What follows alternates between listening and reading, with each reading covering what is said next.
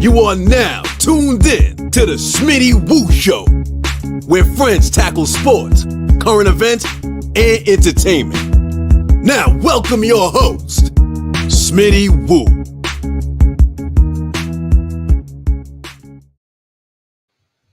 What up, what up, what up? Welcome to the Smitty Woo Show. We back after a long hiatus. For everybody that been waiting for the show to come back, we back. And it's going to be a big show. We have Kyrie Irving, who's going to be a guest later on. Going to talk to us about life. No, I'm just kidding. It's not going to happen. But I got the next best thing. I got my homeboys. All this will come in and chime in. We're touching everything today. We're touching sports, music, movies, current events. We're doing it all today. So we're glad you joined in. We are doing something special this time since we are back.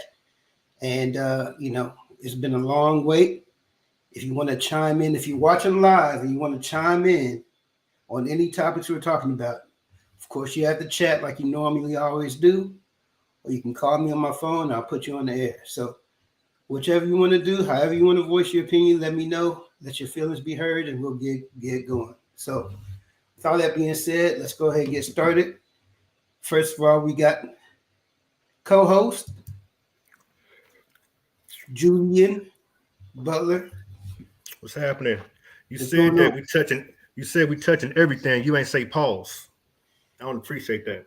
You just said it for me, so I appreciate it. That's why you got my back. So normally, welcome back, sir. It's good to be back. Do you care to explain the long hiatus to your millions and millions of fans? Absolutely. I'll explain it. It's called life. Life happens. Life giveth, life taketh away. Oh my life God. Happens. But we're back. And I don't plan on making y'all wait too much longer for the next one. So we'll get popping. You don't got no lyrical quote for us today? Normally you come with something. Oh man, I'm rusty. Catch me on the next one. It's been a while. I got you. Next, we'll bring Mr. Your Favorite Things himself. Mr. If you got any COVID symptoms, holler at me. Micah, what up, man? Not much. What's going on with you, man? How you feeling? Good. What's been going on with you? Everything good? Man, yeah. I'm about like everyone else. I'm having kids. Getting money. Got you. On the Forbes list yet? Coming. What'd you say? What'd you say? You on the Forbes list yet?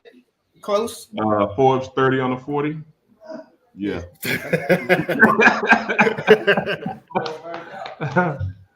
I appreciate you having us. Of course, you're looking at one of the members, co-founders of Your Favorite Things, where you can find in Arizona. You also got a couple other businesses that you can shout out later on after the show. So stand by for that because you're doing big things. Appreciate it, sir. We also got my other homie, Feather Commander fan. Yeah. What up? What up, y'all? How you doing? I love how you shout out them commanders, though. I don't care what they going through. Appreciate it. You've been on our show a couple times too, or this is your second time. So apparently you didn't hate us enough to leave us alone. So that's good. That's always good. Yeah. Always good. Good to be here. Hope every Friday. Definitely. And we got Cuz from The Boot. What's up, O? What's happening? What's going on? What it do, baby? That's also the sound that Andy Dalton makes when he gets sacked. But that's another thing. No, it's worse than that. We'll talk about it. Anything new in your life, man, since our last faux pas together? That sounds kind of nasty. Pause. You need to pause that, and I don't even know what you said, but you should pause that. What is a faux pas? I'm gonna pause it. brother. Oh, man, I'm gonna be the pause deputy today. Pause. Yeah. I saw it in the. I heard it one day. Those words sounded cool, so I was like, I'm gonna use it. Probably wrong, and I succeeded. So No, you know, we all can, but at the same time, no. you gotta reach your goals. You know what I'm saying? You gotta reach your goals. You know what I'm saying? Yeah, well, I mean, watch what your goals are reaching for. Pause all that. Pause all that. All right, man. We got, like I said, we got a big show, a lot of topics to talk about. So let's just get started, man. NFL. It's been a crazy year, unexpected year. A lot of surprises, a lot of disappointments, a lot of rising stars. Who's been the most surprising team for you guys this year? And let's go ahead and start with you, Micah. Most surprising team is the Eagles. No surprise, the Cowboys. We're doing what we do. We're gonna go to the Super Bowl. Cowboys playing the 49ers NFC Championship. We're gonna beat them. We're going to the Super Bowl, and we're gonna play Bengals. Go Burrow. Jump right to it, huh? Just tell us all, and just drop the mic. That's That's it. I just want to go and keep it real with you. Okay. Keeping it real. What about you, Sheldon? What's been the most surprising team for you? The most surprising team, man. I'd probably have to say the Jets, man. You know, they got a quarterback situation up there, but they like kind of like how the Browns came up. When you that bad for so long, you get a lot of talent, man. You get a lot of top draft picks, and it's showing too, man.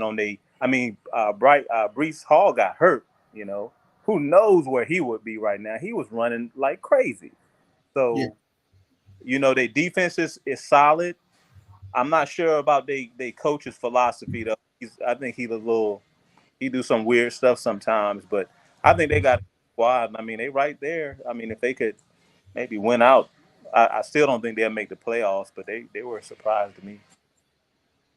Okay, that's a good selection right there. The Jets. Nobody really expected them to be where they are. Their defense has definitely been something crazy. Breece Hall was great when he was running. What about you, Julian? I got to agree with my Louisiana constituent, Mike. Eagles. There was a question mark about if Jalen Hurts was ready to take that next step, and clearly he took it. We knew he could run. The question was, can he pass? He could pass. He got weapons on either side. Offensively strong. Defense is out of here. So Eagles are definitely my surprise to be 12-1, 13-1, whatever it is. I don't think nobody expected that. Okay. 2 for the Eagles. What about you, O? Who's surprising you? The surprise for me was how bad Tampa Bay sucks. I don't know. Now, would that be a surprise or a disappointment? No, I don't care about them. Just surprised. Tom, we're in the right category. I know what I'm saying. Yeah, no. I'm just surprised. I don't care. They're not be disappointed. But Tom, did he lose his touch, his focus? Is it the divorce? Is he actually, not the same Tom? The defense is inconsistent, like just across the board. They all hurt. I mean, that's one of the most hurt up teams. They are. They are banged up too, but it's like they're really, really bad. Like I can't think of a facet of the Tampa Bay Buccaneers that's good that you can say, oh, well, at least they got that. There's nothing. If we're gonna talk about like a team being bad or people being terrible and it's surprising, Denver and Russell Wilson. Oh, ain't that surprising? How what happened to him? What they do to him? Yeah. That's wild. What did Sierra do to him? Is the question. Sierra do? She been with him for 6-7 years, right? When she won with the Super Bowl or no? I don't. Not that long ago. I don't think. A woman does wear you down, maybe. Yeah, she's been putting out a lot of them videos, been risque. I don't, maybe it's effective, you know? It's effective. And you know, Denver's defense is, I mean, they might lose a lot of games, but they be losing like 13-10. I mean, that's a legit defense. They have a really good defense. Take top. His whole season was pretty much like him when he got that concussion this Sunday. How he just was like, that's the whole season. It's just like you look at him and you're just like, you know, is Russell Wilson playing bad, or is it the team, or no, it's him after all this long time. It's him. What's weird is they don't have like a bad line. They have receivers. I think he must have been a system quarterback. That's how it looks like. It looks like he was a system quarterback all this time. Yeah, could be. Yeah, and that's what the whole thing has been about Geno. And now they're talking about let Geno cook. The same thing they were talking about Russ. Nobody was talking about Geno, you know, before, and you know, you see him putting up, you know what I'm saying, good numbers. You know, we've never seen this out of Geno Smith before. That, you know, that's another team that's kind of a surprise too. You know, nobody expected that of Geno. You know, of that team, and they're right kind of there to get a playoff spot if things work out. They got a tough schedule coming up, I think. Shell, let me correct you. Geno said God did. that goes back to the Russell Wilson thing. Geno in that system. Geno playing great in the system. Yeah. Maybe Russell Wilson was the greatest system quarterback ever. Well, he need to find a way to mess it somehow. Him and Steve Young, greatest system quarterbacks ever. That's a bold statement there, but hey, you know, that's maybe it's true. As far as me, if I would say the most surprising team for me was the Giants, absolutely, because you look at that team, that team is trash. If you look at just the team, the talent on the team, the wide receivers, the QB, I wouldn't expect them to win seven games at all. Now they may not win another game. Yeah, I was about to say, like, I don't think they'll win because we better, you know, and that's a perfect game for us to lose. But we better not lose to no Giants. Yeah, the Giants is. You think about the question marks about Saquon Barkley coming into this year. Did he answer the questions, or he did get nicked up a little bit? Is he somebody that you would consider to be like draftable high in your fantasy draft now? Did he kind of answer the questions? What you think, Julian? I'm sorry, I was daydreaming. What you asked me? I said, do you think Saquon Barkley answered the questions of his criticism coming into the year? Yeah, his only criticism was, can he stay healthy? Yeah, and I mean, nobody questioned the talent. I mean, and like you said, outside of Saquon, who does the Giants have that's a threat? If I'm a defense, are you worried about Slayton? Are you worried about, it ain't no who's there to worry about? So no, I think Saquon, he doing what he's supposed to do. Yeah. So a couple of y'all already touched on disappointments. I know you're very disappointed in the Bucks. The Rams. The Rams for you, Micah? Yeah, they got the same exact team, same exact coach, same exact everything, and they outside of OBJ, and they came back and 4-9, 5-5, and whatever. Now that team has been snake bit. You lose Cooper Kupp, right? You lose Donald, you lose your QB. That team been snake bit, man. So you can't do much with that. What about you, Julian? What's your disappointment? Disappointment's the Packers. I mean, it's really several teams, honestly, but you look at the Packers. What happened to Aaron Rodgers? like Devontae Adams left and he took a nosedive. So, I mean, he's Uh-oh. I think he got froze. Oh man, He the paused haters. time. He really about to deliver this. Yeah, no, this is gonna be powerful. I can tell. It's gonna be impactful. Yeah. There you go. Well, until he comes back. I know you spoke about the Buccaneers. You stuck on that. That's your No, that's my shot. My disappointment is in my Saints, man. We just, obviously injuries really hurt us, but man, the Saints have this way of giving you just enough hope to just crush you. Yeah. Andy Dalton will seem like oh man, maybe Andy's got it figured out.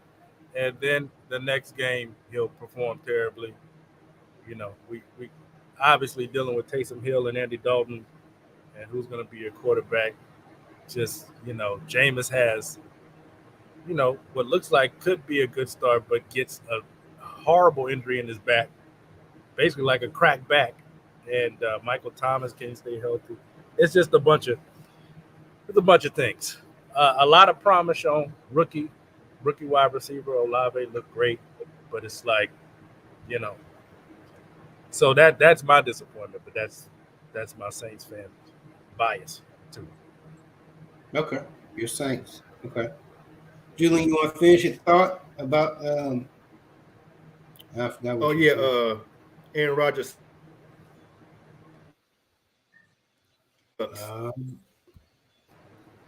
Did you say Aaron Rodgers sucks? Yeah, can you hear me? Yeah, I can hear you now. You kind of got stuck again. Okay. Yeah. Yeah, and Aaron Rodgers, he's no good anymore. That's my disappointment.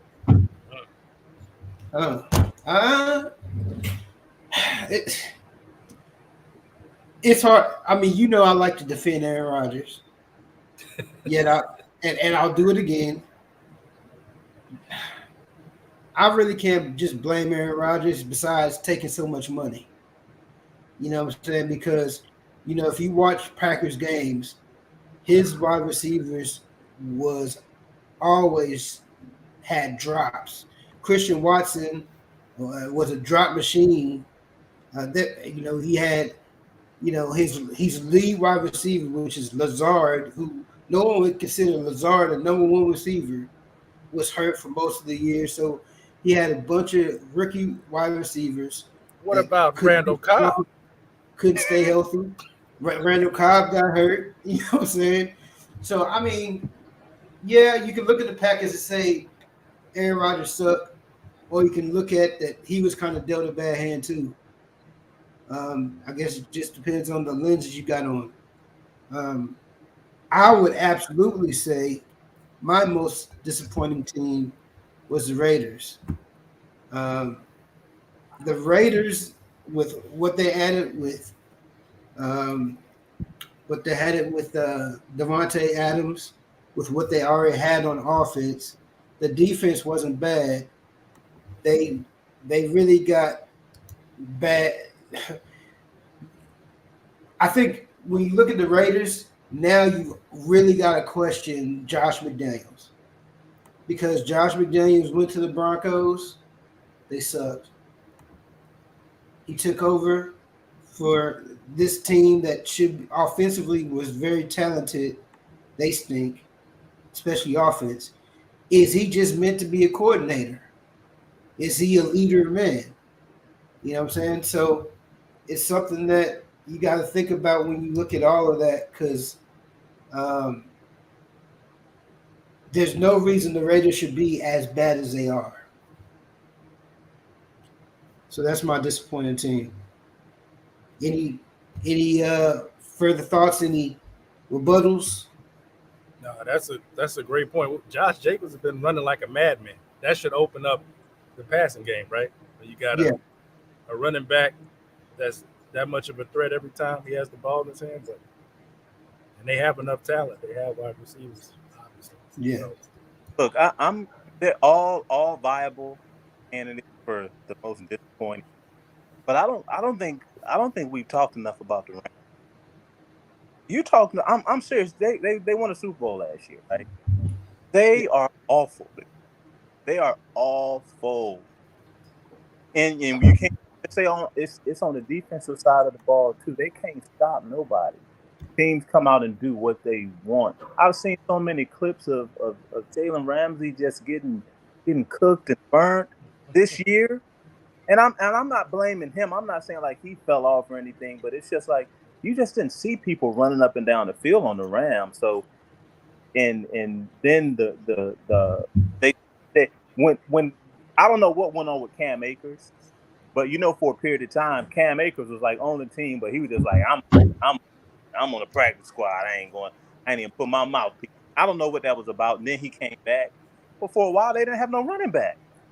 They expected Matt Stafford to come out and throw the ball 50 times a game. Yeah, he came back and they still didn't have a running back. To be fair, did they have a running back last year? Well, I mean, So they had a running game last year and they won the Super Bowl. So I don't even think they would focus too much on it. Yeah, but I mean, they had Cam Akers last year, though. He was hurt most of the year. Yeah, that's they. I mean, they every time they come out on the field, Matthew Stafford is expecting to just throw the ball. When he started losing, when he had Cup, he was okay, but that was really all he ever really had, right? Well, who else he got? Higbee? Yeah, and you got to think about Matthew Stafford came into the year with a bad elbow, so Right. he was doomed from the beginning. He came in injured. Yeah. You know what I'm saying? It just didn't get worse. I think really the Rams they undersold how injured he was, because if you see how he played now. Think whatever you want to think about Matthew Stafford when he was with the Lions. Nobody questioned his arm. You know what I'm saying? Sometimes they question his decision making, but nobody questioned his arm. This year he looked like he was what was that quarterback? What was that? Chad Pennington? He was the you being extra right now. He wasn't that bad. That dude was throwing like Chad Pennington, dog. Noodle arm. Even Chad Penny. Like, man, come on. Yeah, Chad. That's his name this year, Chad Pennington. But it's it is where it is. They too many key injuries for the Rams. That's 100% true. They had a lot of injuries, and it just they lost Von Miller too. So maybe that really put a strain on that defensive front. Yeah. Maybe he put them over the top. Yeah. So let's move on to disappointing teams, to the player that you feel that's been showing out the most. Who's your MVP this year so far? Let's start with you, Julian. Jalen Hurts, best player on the best team. He answered every question, like I said earlier, and he's going to be good for a long time. So, barring injury, of course. So that's my MVP. That's who I have too. I have Jalen Hurts. I just feel that he's been answering the questions that people have been asking. So I ain't much to be said. He's running the ball. I think, is he a system QB? Maybe, but he's playing the system very well. I'll tell you that. He too early in the game to call him a system quarterback. God damn. Well, I mean, if you look at how I'm not saying he don't have any skills. I'm not saying that, but if you look at how the Eagles play, they run. He's been passing lately because they've been taking it away. But just the type of running that they do, they pretty much go out there with 4 running backs, and then when they need a play, they throw it to AJ Brown, and then of course they got Devontae or Smith. Devonta Smith out there, but they kill people because their offensive line and they're running like a mug. they're running amok amongst the whole league. So that's why I say it wasn't a shot. You know what I'm saying? Sometimes, being a system quarterback doesn't mean you're not good. It just means the system is great. You know what I'm saying? That's just what it means. I mean, I don't think the Eagles have a system for him to be a system quarterback. Like, when I think of systems, I think of the West Coast offense. I think of, certain things like we were talking about Seattle, what they did with Russell Westbrook. They did a lot of play action and rollouts because of his size and his height, so that he had to run a certain type of system, and that's why he's suffering, because Denver doesn't have that system. If you look, he's dropping back more than he's ever have. He's not rolling out anymore like he normally does, because they don't have those plays. And so with Jalen Hurts, I think he's the MVP because a lot of it is just on his own. He's just running. They do have some. They do some bootlegs, do some stuff, but a lot of it he's making them plays on his own, and he can throw the ball down the field too. He getting it to AJ Brown. He getting it to his other guys. So he's tough. I wouldn't call him a system. You don't know how to lose. Huh? You don't know how to lose. Yeah, he's not. Yeah, he's just a winner. Ever since Alabama, he's just a winner. He don't want to lose a game, and that's what makes him so tough. And I'm a Cowboy fan, so I gotta, I ain't gonna just say I gotta give him his props. You're not surprised. Yeah, I would agree. That's an interesting point. I don't think a running quarterback can be labeled a system quarterback. Like, I don't think Lamar Jackson. I mean, you can say they cater the offense to him, but the system is predicated on him performing like a beast. So he is the system. Like, so I don't think you can call him a system quarterback. But that's an interesting point.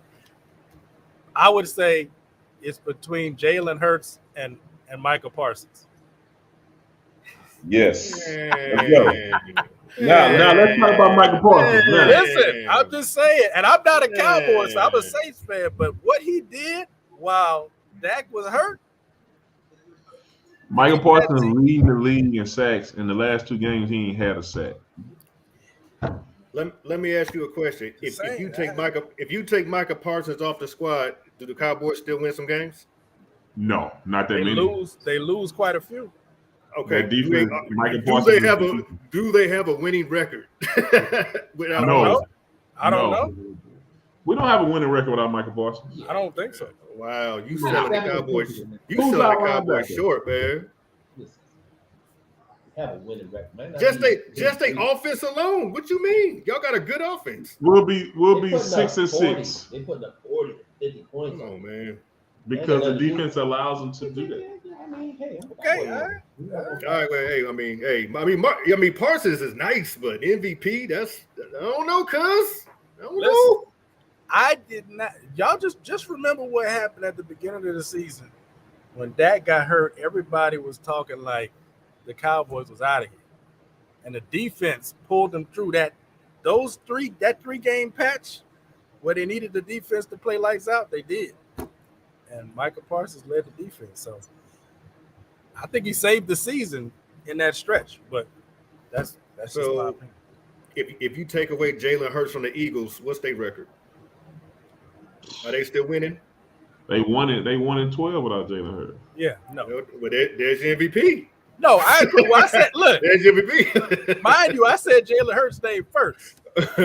But that's why you have the 2 awards. So the defensive player of the year, the defensive MVP is Micah Parsons, and then the MVP of offense, you go with your boy. No, that's different. That's different awards, ain't it? It is, but I was different awards. Yeah, that's different. It is different awards, but I was being funny saying Micah Parsons first. But anyway. What about you, Shell? Who you got for MVP? I mean, that's y'all already said it. I ain't even have to say nothing. It's like Julian said, best player on the best team, and I'm not just saying that record wise. I'm talking about the whole team. Marvin. Solid, you know what I'm saying? And people forget Miles Sanders is a good running back. Do I think he's probably maybe top 5 rushing?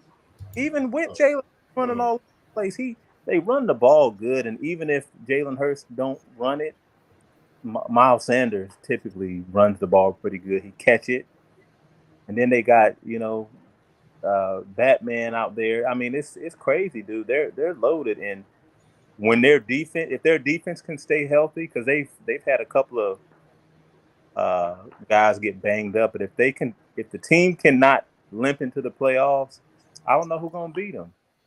Dallas certainly could beat them. They're probably about the only ones. Minnesota ain't gonna do it. 49ers ain't gonna do it. Tampa Bay ain't gonna do it. All of the teams that's gonna be there, none of them teams are gonna beat the Eagles. Ain't nobody beat them yet, but the Commanders.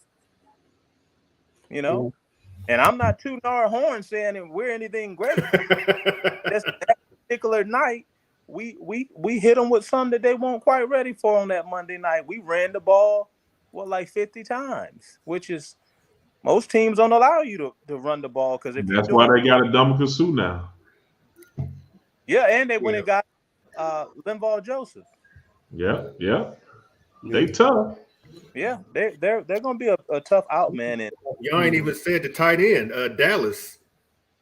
Yeah, he's coming back. He's been out the last He gonna be fresh for the playoffs. So man, that team is so tough. Yeah, I forgot how cold Dallas Goedert is. He's man. They're gonna be a tough out, dude. Yeah, definitely. So we heard. Can you go ahead and repeat your Super Bowl predictions, Mike? He said that earlier. You know what time it is. Let me get close to the camera. Hold on. Let me do my chat show. Where my camera at? Dallas Cowboys versus whoever. Really don't matter. Super Bowl in Arizona out here this year where I'm at, and we gonna be there. It is what it is. Am I invited? No.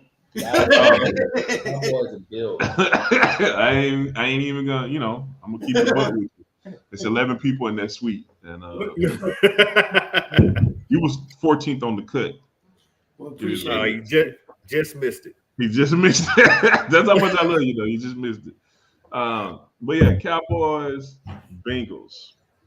The only reason I say that is because the Chiefs cannot beat Joe Burrow for some reason. But other than that, I would say Cowboys, Chiefs. But if they run into Joe Burrow, he got their number. Okay. That's what I'm saying. What about if you? Buffalo would be there, but my boy got hurt. He been anchoring that defense for them. So I'm gonna say Cowboys, Bengals. Cowboys win 28-14. Mark it down. Put some money on it, huh? Mark it down. Cool. Oh yeah, yeah. I'm sorry. Yeah. Julie, what about you? Definitely putting the Eagles in there.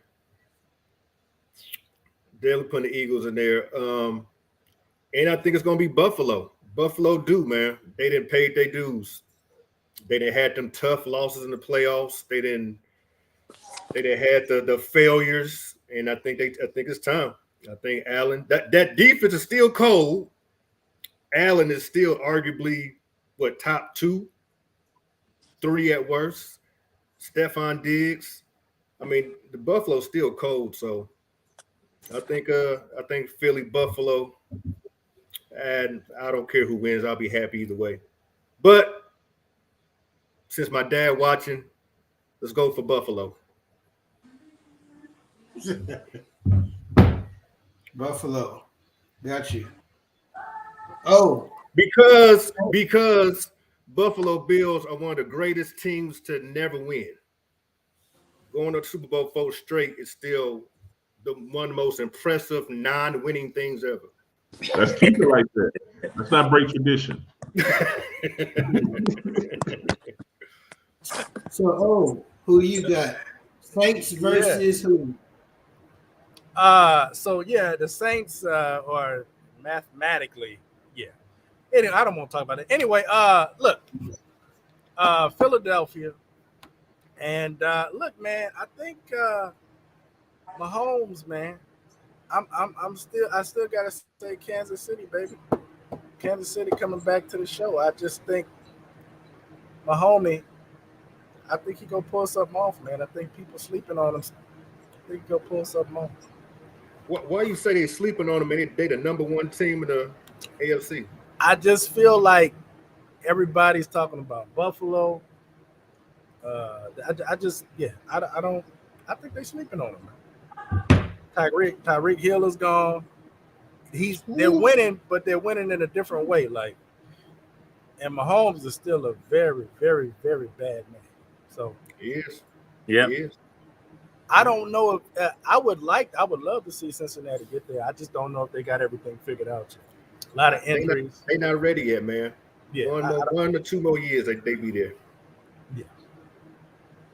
All right. Shell, what about you? Super Bowl, I say Eagles, and it's I almost want to just put Buffalo there because I know it would just they were so close last time. But in a pinch, man, I just don't see them beating KC. I don't see them beating Kansas City, man, and because I think about playoff football. You know, who do you really believe? Now the Bengals, you can't really count the Bengals out just because they've been there before. Joe Burrow ain't never lost to Patrick Mahomes, which that ain't Patrick Mahomes' fault really. But he hasn't, you know. So it's just like you can see them going back to the Super Bowl too, with healthy Jamar Chase. But in a pinch, man, I put my money on Mahomes and meet up with the Eagles, man. I believe. Again, barring injury, you know, and an injury can happen between now and right before the Super Bowl. But if they don't get hurt, man, I don't see nobody beating the Eagles, and that's whoever they come up against. I just don't see nobody beat them. They're just tough to deal with, bro. They have no weakness. They don't. It's like you almost want to say, okay, well let's make them play. Let's take the big play away and let's make them dink and dunk. Oh, you don't want to get dink and dunk by Philly because they're going to wear you out, dude. They're going to wear you. Almost want them to get chunk plays. You know what I'm saying? But if you say, we're going to just stop the run, dude, you're going to get ground into dust on the back end because they got too many weapons out there. And then the other weapon, if you trying to man these guys up and take them, boy, who watching Jalen Hurts? Oh, we got a linebacker on him. Good luck. Oh, we got a safety on him. You heard what Michael Parsons said the other day. He don't think Jalen Hurts MVP. He walked that back. And he walked that back, too. He walked that back, too. He did that for the media, but he mean that. And you're going to see what's going to happen when we play them Eagles in them playoffs. It's over for them boys. Michael Parsons might pull an LT on him and split his leg.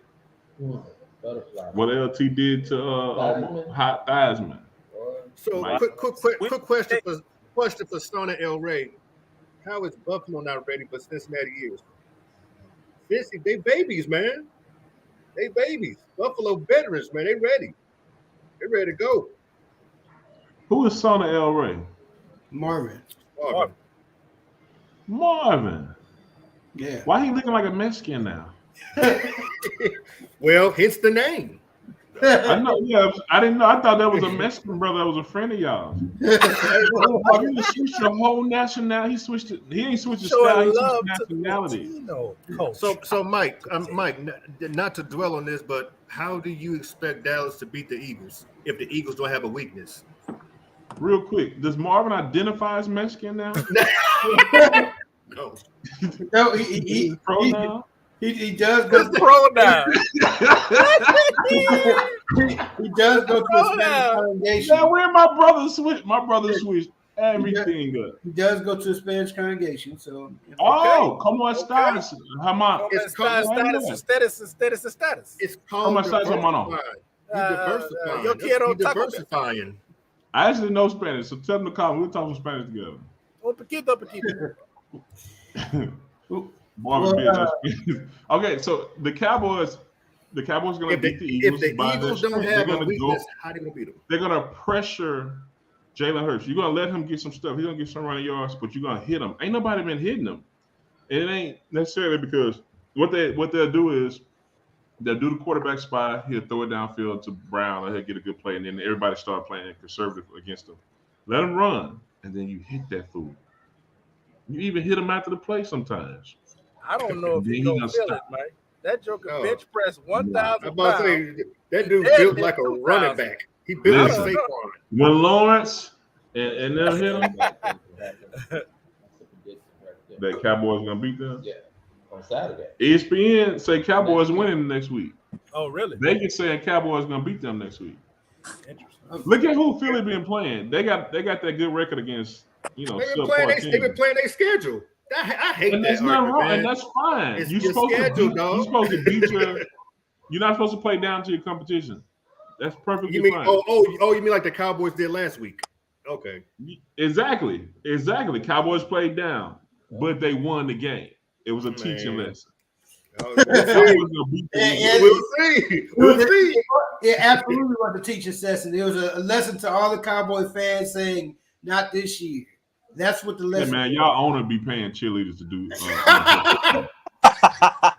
Ouch! And that's why, I've been that's why I'm holding not that a for you. fan. That owner don't catch no touchdown. So Yeah. He catch something else. I don't know. With that being said, What he catch it? with that being said, Push your teeth. Yeah. with that being said, I'm gonna say the Eagles and the Chiefs. I'm gonna be boring. I'm gonna say the Eagles and the Chiefs. I'm gonna be safe. And I just say that because when you just watch Patrick Mahomes play, he's just different. Like things that should get a quarterback like cussed out and beat up, he just makes look good. You know what I'm saying? And it's crazy. You know, one day he's this trickery is going to backfire on him, but we haven't seen it yet, right? So I think Patrick Mahomes is the best quarterback in the league. And, you know, with that being said, I can't count out the best quarterback in the league. You know what I'm saying? As far as the Eagles concerned, I just feel that they're the best team in the NFC. Unless they play the Commanders, then they're, you know, second best. But hey, that's neither here nor there. You know what I'm saying? You know, some teams got your number and some teams don't. We got the Eagles' number, West Side. But that's you know, we're gonna leave that. Let me ask you, when it comes to the AFC, do you think it matters who gets the number one seed, or it don't matter? Absolutely. If I don't think Buffalo can get the number one seed right now, unless the Chiefs just fall off the face of the earth. They ain't got the same record. No, I don't think so. Yeah, they both 10-3. They both 10-3. Okay, well, I digress. However, I just don't think that I don't think the Chiefs are just going to lose the number one spot. Okay, if they play in Buffalo and they play in the snow and ice, you know, that's, you know, and everything's off the table, you know what I'm saying, obviously. But if Kansas City gets the home field, I don't think on a field that's going to be nuke warm, there's any quarterback that's going to be better than Patrick Mahomes that day. So that would, to me, that includes the Super Bowl.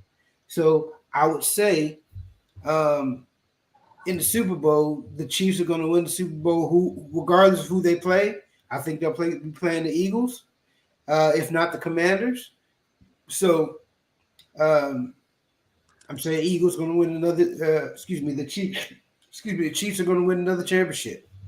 You know what's going to be huge is the last week of the season. Buffalo plays Cincinnati, and that's a huge matchup to decide the rankings or whatever. That seeding. Yeah, KC's schedule is easy. They should walk off. They should win the rest of their games. Yeah. But So yeah, I guess Buffalo's tiebreaker. So with that being said, we got into NFL.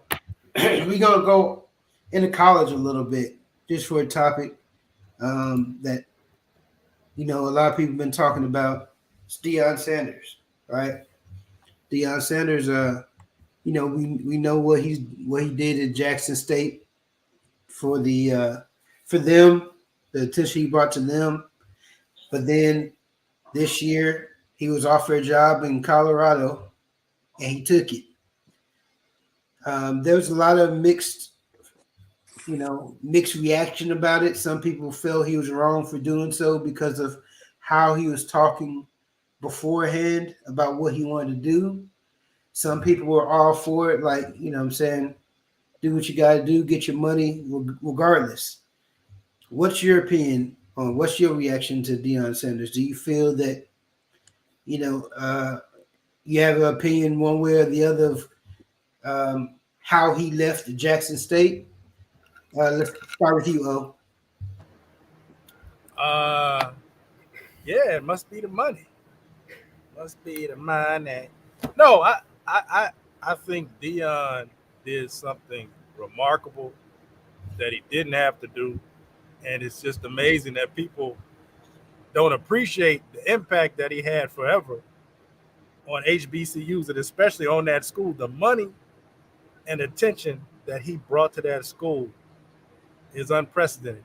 It would never have happened without him being there. So it's the weight that's on his shoulders as a former NFL superstar and a black coach it's crazy. It's unreasonable. Nobody else would be held to the standard that they're trying to hold Deion to. So no, Deion needs to go and do what's best for him and for his sons that are in the sport, that are trying to get to the league, that he's still a father to and trying to ensure they're in a good situation to get to the league. So, no, go do your thing.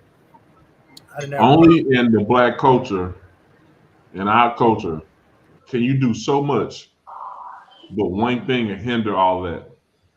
And that one thing, it ain't nothing wrong, is just what you want to do personally. Everybody wants this one man to be a savior, and it's not fair. HBCU's been around forever.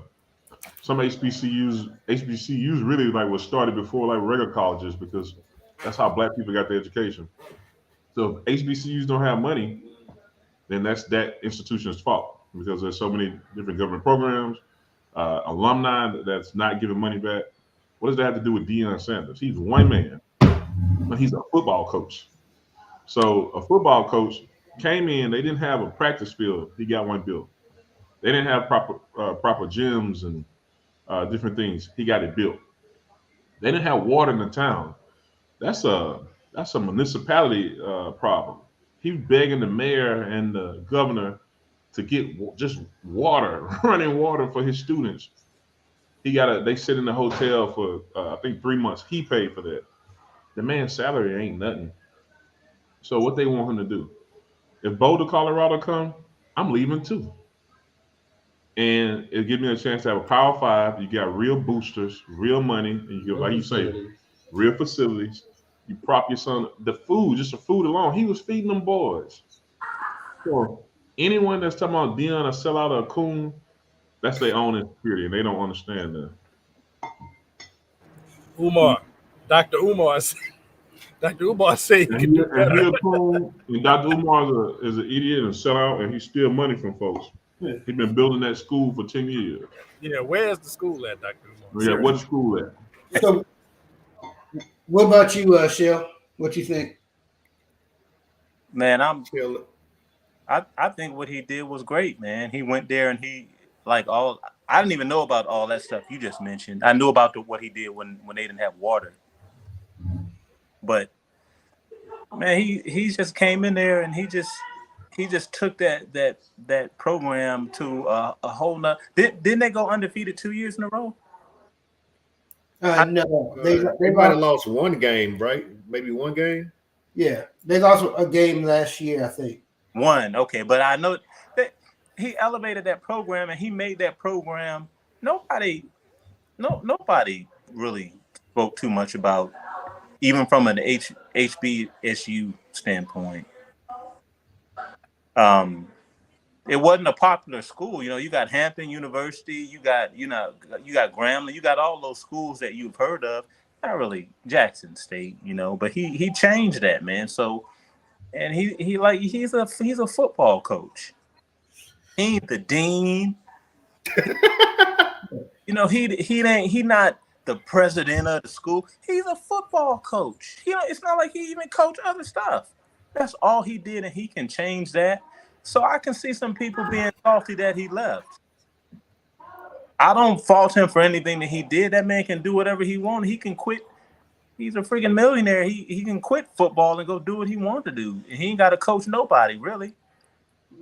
But, I can understand some people being salty because they feel like he just needed to, just continue to be black, You at a black school, you black, your shoes black, your hair black, stay black. It's just like, how black do you need to be?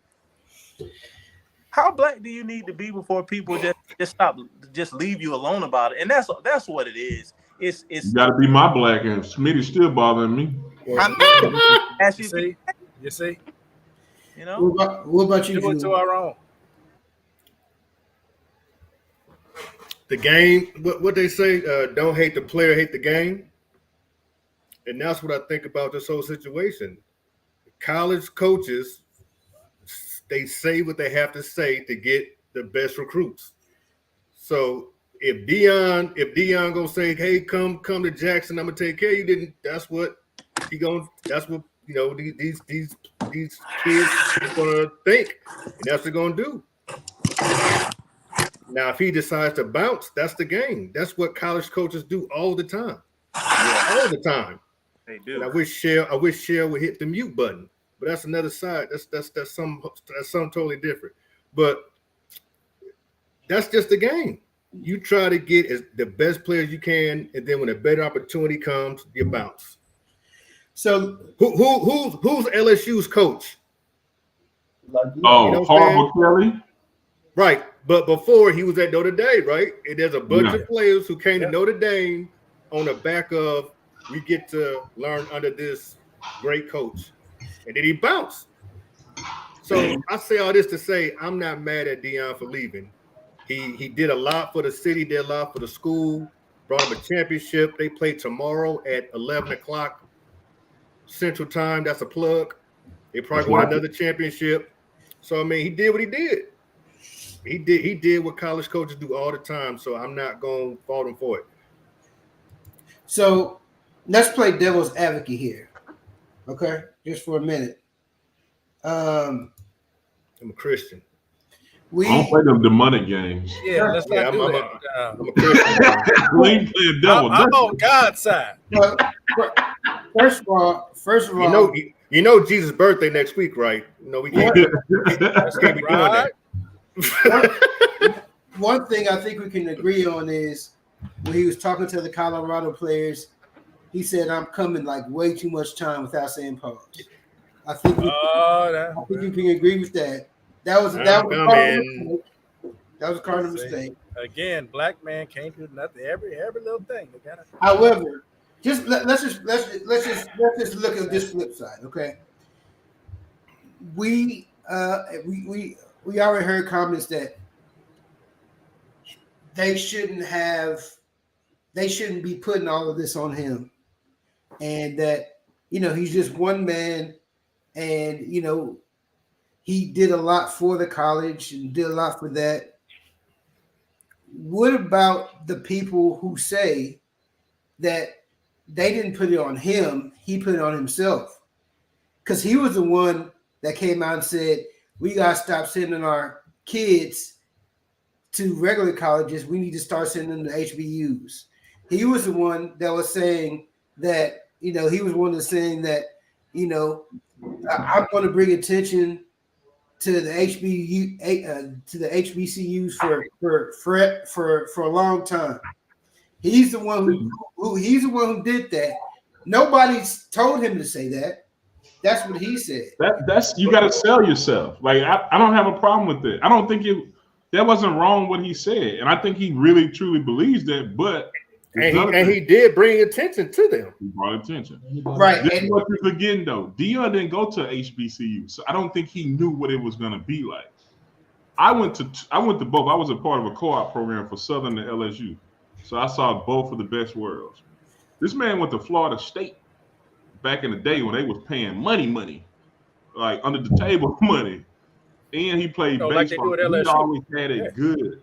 So to get to HBCU, I don't think he understood how bad it was when it comes to how the players are treated, and then the money, the loss of the money, because it's not like HBCUs don't get money. It's that you have regular people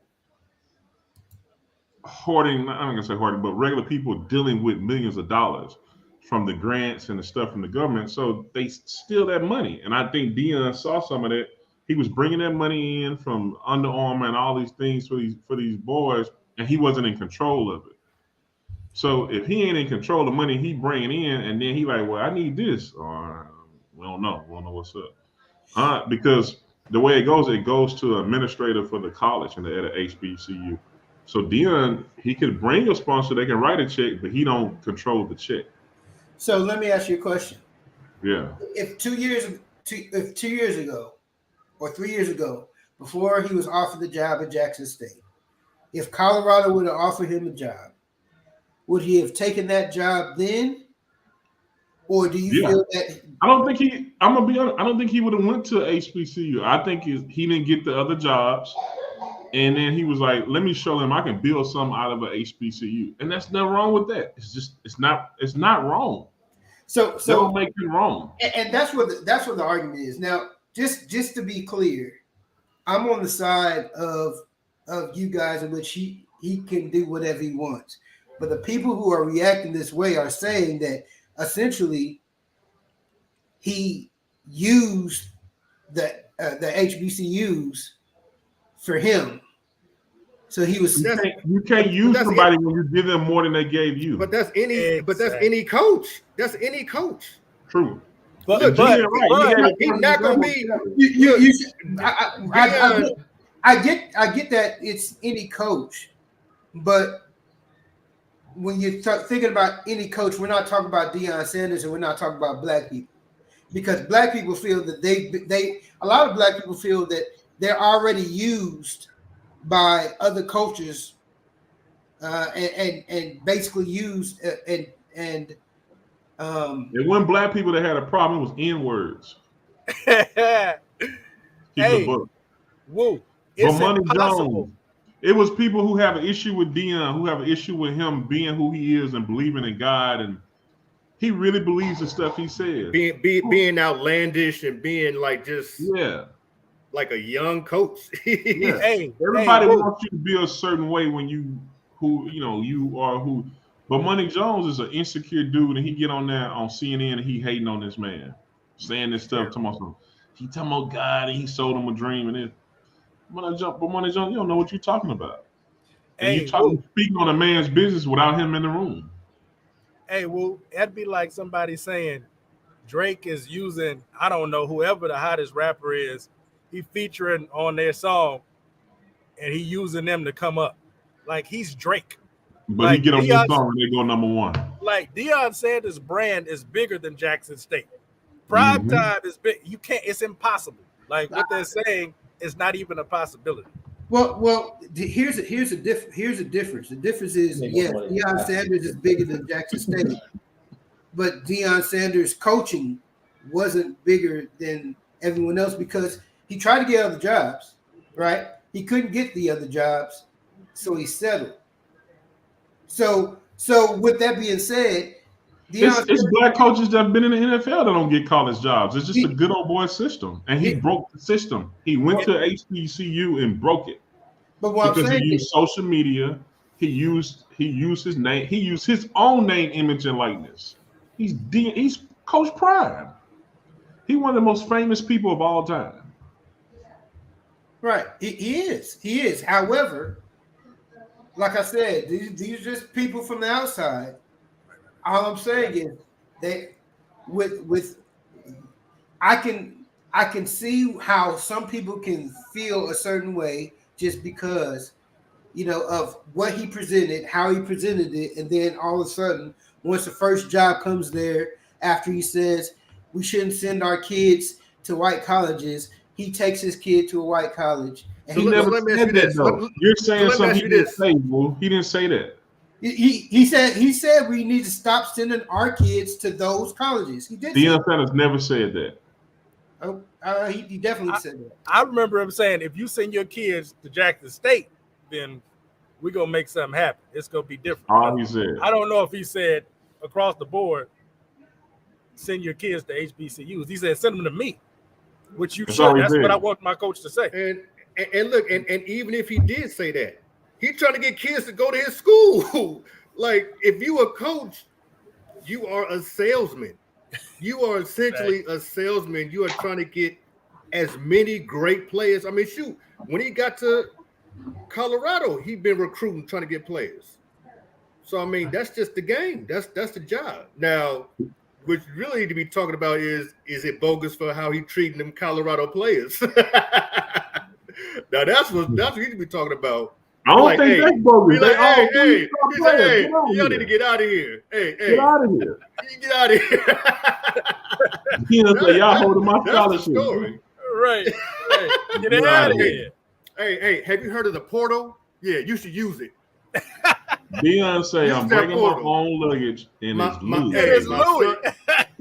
He said, my He son said, is not the Canal quarterback. Street Louis. Right. He said, my son is the quarterback. Ain't no quarterback debate, no challenge, no competition. My son's a quarterback. That's crazy. That's the greatest nephew. He's so upfront. It's weird to people. I love it. That's so. And look, if Colorado wins these next couple of years, guess what? He gonna bounce to another school. No, he gonna go to the NFL. As he should. Nah, he should step up to the next opportunity. He'll probably go to Florida State. I can see him trying to coach at Florida I don't State. think you know what I think it is. It's the thing of he's the greatest competitor. You got to keep going to the next level, and that's what he was talking to him. He ain't Peyton Manning. What you mean? He ain't Peyton. He ain't Peyton Manning. So I'm just messing. If you listen to Deion Sanders, he says he doesn't want to coach in the NFL. But as we've mentioned, Deion Sanders is a liar. So with that being said, Wait a minute. with that being said, maybe he did. Wait a Who, minute. did you go to HBCU? I'm just. I mean, that's what it is. I mean, you said he said things just to get ahead, and You grew up in North Dakota. They don't got no HBCUs. I grew up in. Well, I grew up. I was born here. in Detroit, where there was like not a white person in sight. So He grew up on 8 Mile Road with Eminem. You watch they your don't get no mouth. HBCUs on 8 Mile. Okay, hey, so side question: what is Colorado's record this upcoming season? Would they have a winning record, or would they still suck? I say 9-3. not For real? Pac-12. He gonna beat them Pac-12 guys up. I'll drink to that. Yeah, I He's say definitely gonna have a winning record. Have y'all seen the line he got already? He took 3 Alabama best linemen. I'll say at best 6-6. At best. Yeah. At best, It's 500. a process. It's a process. I got a side text bet for you for that. Oh, hit me. I'm ready. All right, so we got our thoughts on Deion Sanders. It seems like most of us are all on the same page. Not you. Get your money, do your thing. I'm fine with Deion doing what he did. I'm just whatever devil's advocate. that's just I'm just stirring the pot a little bit. Stirring the pot. I think it'll be good. Did you hear what All right, so from sports to music, there's a lot of albums came out this year, a lot of bad albums. But what was the best album released this year? I can't do it. Gotta do a top 5. Okay, do top Make a 5. Rich Don't Lie. You know what time it is. Pusha T. Hold on, man. Let me Album of the year. Stop playing with Pusha. You know All right, what? go ahead. So you got Pusha T. Best Smitty album. will say Renaissance. Yeah, hey, go to Mike. I gotta pull my list up. So Mike, you said Pusha T album. Almost Dry. Yeah. Okay. Yeah, easy. All right. What about you? It's between. Oh, that's tough. You know what I hate for Freddie Gibbs is that it's happening to him again. Nas is doing him like Jay-Z trying to do Nas. But yeah, KD3, Pusha T, it's almost dry, and Freddie Gibbs, Soul separately. Triple S, very strong. Somebody out of that group. What about you, Shell? Shell don't listen to music. Yeah, I don't. Bobby Brown's greatest hits is. He don't listen to music. Don't be cruel. Hey, that cat listen to he listened to the music on Madden. Whatever playing on Madden 22, 23. That's what he like. They got some hot songs on there. Yeah. Oh yeah. So your best album is the Madden 23 soundtrack. Then. That's it, man. You can do that. Listen to it every day. Yeah. Even on my lunch break. There you go. Julian, let me hear your top 5. So honorable mention. Nas. No, Nas honorable mention. No. Let's go Phife Dawg album. And Logic, honorable mentions. Number 5, Pusha T. Number 4, Black Thought. Number 3, Joey Bad. A. Number 2, that Drake and 21 album. You don't like that album, Mike? That album was cold. Not number 2. Okay, I mean, okay, top 5. All them Drake leftovers. Top leftovers, and they had some seasoning to it. 21. You know why I like that Drake album so much? It's because 21. I hate it. It's because I hated that last album. I hated that last album so much that this one sounded like a breath of fresh air. But then number 1 is Nas. That album was so spicy. Yeah, it really was. Spicy. But look, man, number one is Nas, man. Easy. Like, I know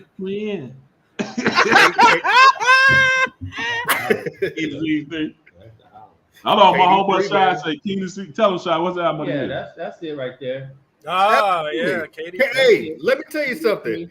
And yeah, I said it got to do with Nas. But that album right there, album of the year. That's that. Keenan Z 3. KD. That's your number 1. Okay. That's what we're doing. Okay. Nah. Smitty, what was yours? Renaissance or that Taylor Swift? Because Taylor Swift came with it. Don't. I'll be honest with you. I made this a subject. And I really didn't have an answer. I really didn't love a lot of albums this year. Be honest with you. There were some good albums, I guess. I liked the Freddie Gibbs album. I liked the Future album. I like the Future album. I'm tripping. Yeah, and that's about it. There was a bunch of trash albums this year. The Drake Dance album, that was trash. That came out last year.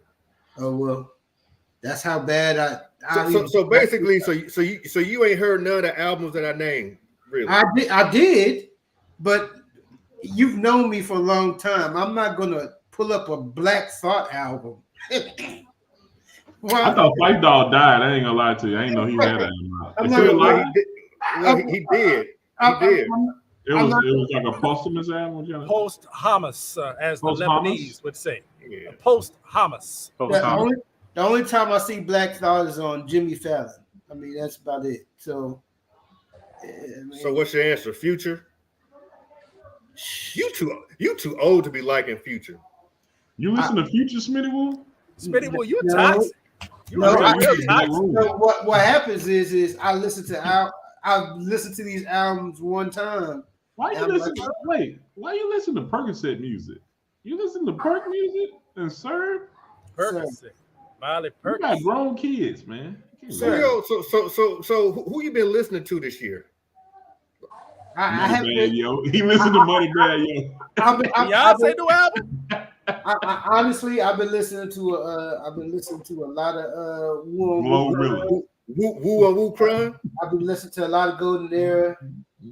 I've been listening to a lot of No Limit. I've been listening So throwbacks. some casual. I've been listening to a lot of R&B. I'm in my R&B bag. You know what I'm saying? Okay, do you have an R&B album of the year? Oh, that new R. Kelly.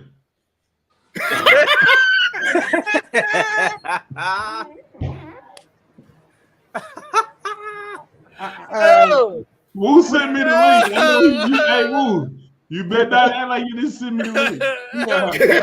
Still a king, baby. I like that Summer Walker's album. Ain't came R. out this Kelly year. I getting like out? that album. Summer Walker. He ain't never getting out. Why are you listening to Summer Walker? Why are you listening to promiscuous woman music? Toxic. He said promiscuous woman. You just so Mike, who listens to Pusha T, who only talks about selling drugs, as Mike really does. He's in healthcare. He talks about selling drugs and then has a song talk about "I pray for you." So that's very nice of him. That's what it is. That's nice. It's we appreciate him, but Pusha T is an artist. He's an artist. He's a conscious rapper, really. Listen, man, Pusha T has been talking about selling dope for 20 years, and he makes it like unique. He's a conscious. How can you talk about the same thing for 20 years but still be creative with it? So, he's a conscious luxury trap rapper. We need to.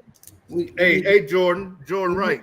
Deion is definitely businessman. But anyway, we need to do a shout out to our resident fitness expert, Megatron Fit. Go follow him. He doing push up. He doing muscle ups right now. He doing muscle ups right now. This very moment. If you ever want to go see some exercises that you probably never be able to do, go check out his page. Definitely. Listen, me and Jordan had a great conversation last Sunday, and he got me to. I was off of that. I was done with Dak Prescott. And the text thing. Yeah, Jordan convinced me. I said I was going to tell everybody I'm riding with Dak for the rest of the year. Why are we talking I'm about? a wholeheartedly support Dak for the rest of the year. I'm giving my brother a year to the end of this season, and after that, if we lose an NFC Championship game because he throw 3 interceptions in the first half, then want to have 600 yards in the second half like he always do, I'm done. We should trade him, or we should go after Lamar Jackson because he's gonna be unrestricted free agent. So that's what I want. Let me ask you a question, man. Be honest. Did you listen to the R. Kelly album? Who, me? Anybody? I had a new album out. Listen. And was it fire? Because I only heard like one song, and it was good. Y'all joking. He got an album for real? Smitty got a He do. He dropped the project. That's not a real project, though, right? That's like a compilation. They said his lawyer said somebody stole his old songs and put it out. Well, here's the thing. That man ain't put on no album, man. Have you ever heard R. Kelly not be fired? Oh, it's fire. Right. I don't have to listen to it. I know it's fire. It's Robert Kelly. Yeah. The man is a wordsmith. Y'all gotta admit, you know. I don't feel bad. He's one of the greatest of all time when it comes to I don't feel bad. I listen to R. Kelly now, and it's just like I try to be like, man, is this right? I mean, be bumping. R. Kelly is cool. I don't what? That don't bother me because all these people heathens. Like they're in Hollywood. Yeah, I don't look up to any of these. All these. I don't look up to them.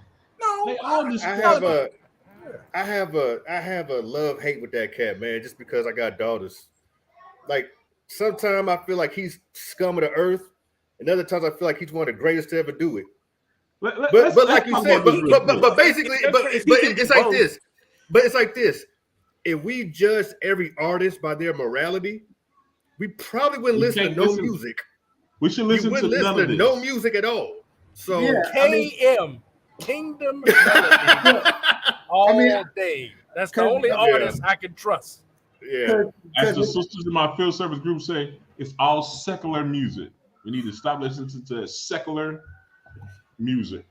Like every great artist, like Chris Brown. You know what I'm saying? Like, I mean, every great artist, you just like, Jerry Lee Lewis, Elvis. Don't just name the black ones. Elvis, yeah. Like all these cats. Yeah.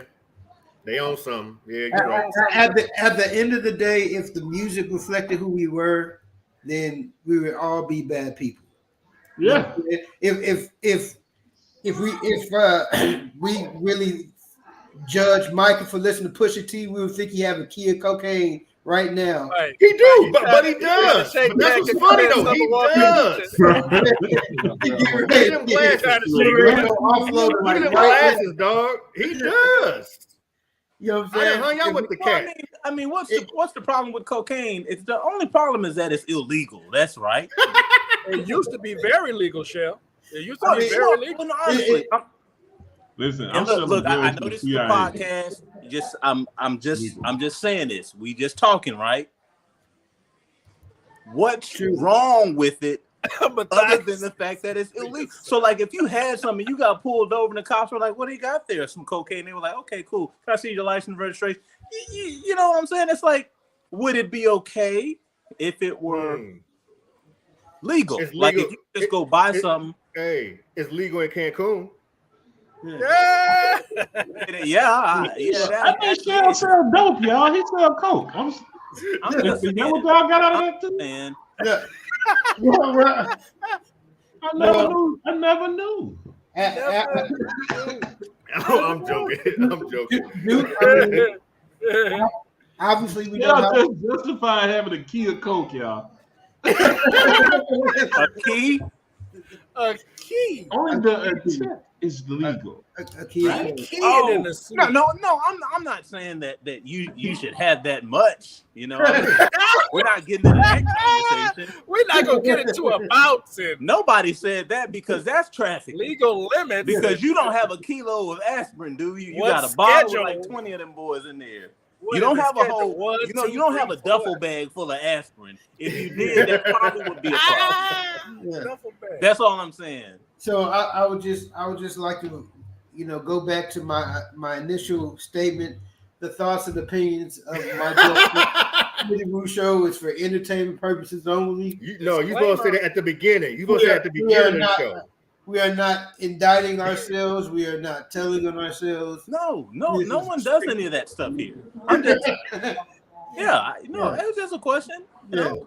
We are God-fearing family men on this show. Yeah, I mean, it's not anything I would get involved in. I'm just saying, people put a stigma on something because it's illegal. But if it was legal, it's just like, would you do it? Well, here's the thing, Shell, that I was saying to your earlier point. Cocaine has been legal for longer than it's been illegal. You know that, right? Like cocaine was used in medicine back in the day. It's been legal longer than it's been illegal. Yeah. Doctors will give you cocaine for getting your wisdom tooth taken out and all kinds of stuff. That's just There you go. There you go. Now, who doesn't have to get their wisdom teeth taken out? A lot of people. So that's all it is. That's all it is. Come on, Come Come on. Yes. All right, so now we can get off cocaine and No one's on it. No one's on it. Wait, who just said somebody's on cocaine? no. The words of Pusha T, we never getting off cocaine. I'm talking about Get off of it. If it wasn't for cocaine, we if get it off wasn't for cocaine, there would be no Miami. Miami would not That's exist true. without cocaine. So There That you is a go. wonderful Now, where would city. all those Miamians live if there was Wonderful no city. Miami? It'd be a problem. back to Cuba. So, See, Yeah. that's All true. right, well, And I wouldn't have these beautiful planes on. Yes. Yes. Yeah. all right. which I do like very much. Thank you, my brother. Next subject. If you see the ticker, best Heroin. movie or Oh, TV never show mind. this year. I already know Micah's answer. Yeah, Mike gonna say Snowfall. Who me? No. Best movie. Best Oh, you Movie movie said or was best. TV show of the year. So best TV show of the year. now, just for a for context, the show doesn't have to be established this year. This could be their next another season. Just what's the best show out there right now? I'm a sci-fi nerd, like sort of kind of. I like this show called Foundation. It's about the future. Was of that on space Lifetime? No, it's not Lifetime. It's on Apple TV. All right, but I'm a nerd. Don't ask me. That's my favorite TV show. All right, Foundation. So they don't know what that is. what can you give us a little synopsis? Synopsis. What's the word? All right, so synopsis. What? Hold on, wait. Synopsis. What you trying to say? Synopsis.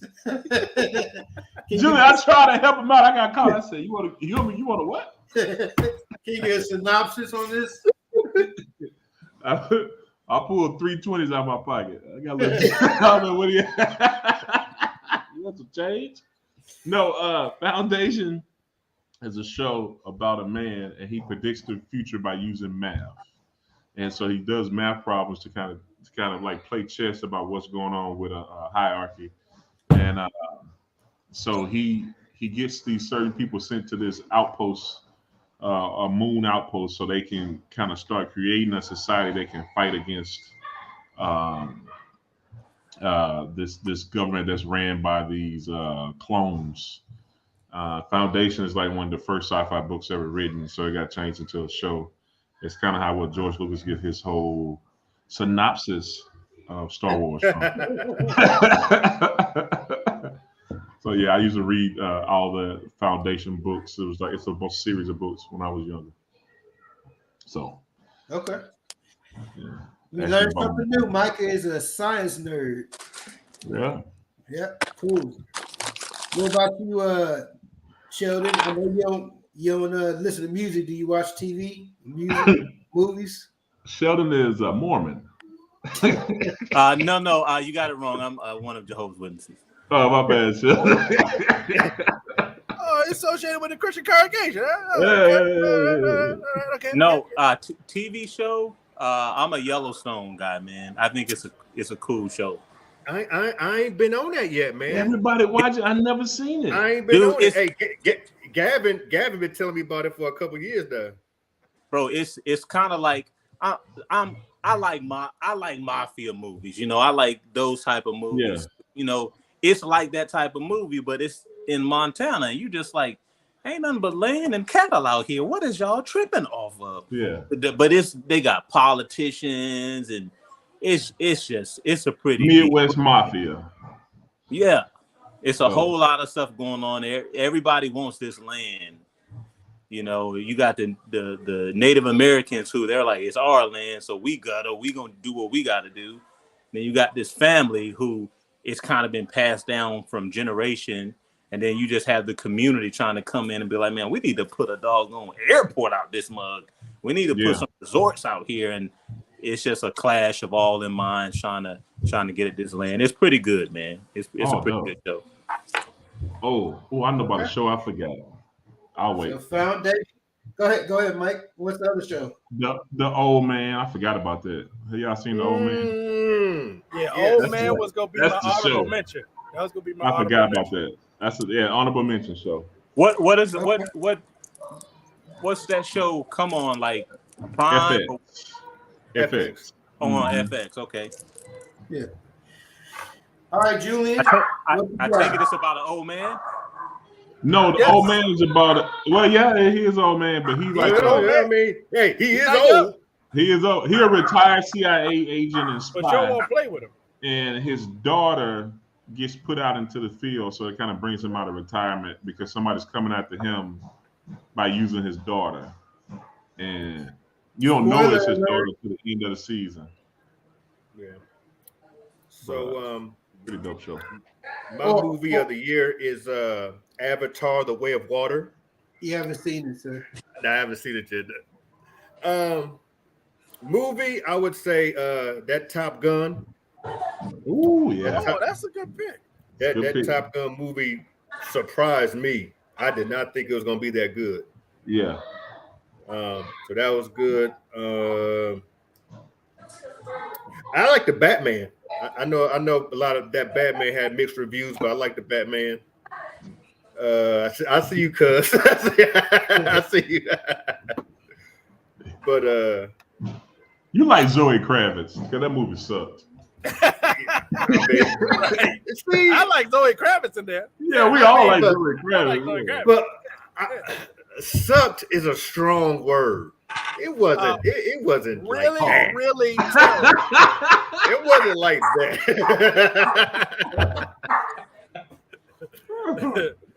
but I would say, I recall you telling me you were going to go see it again. I was like, why?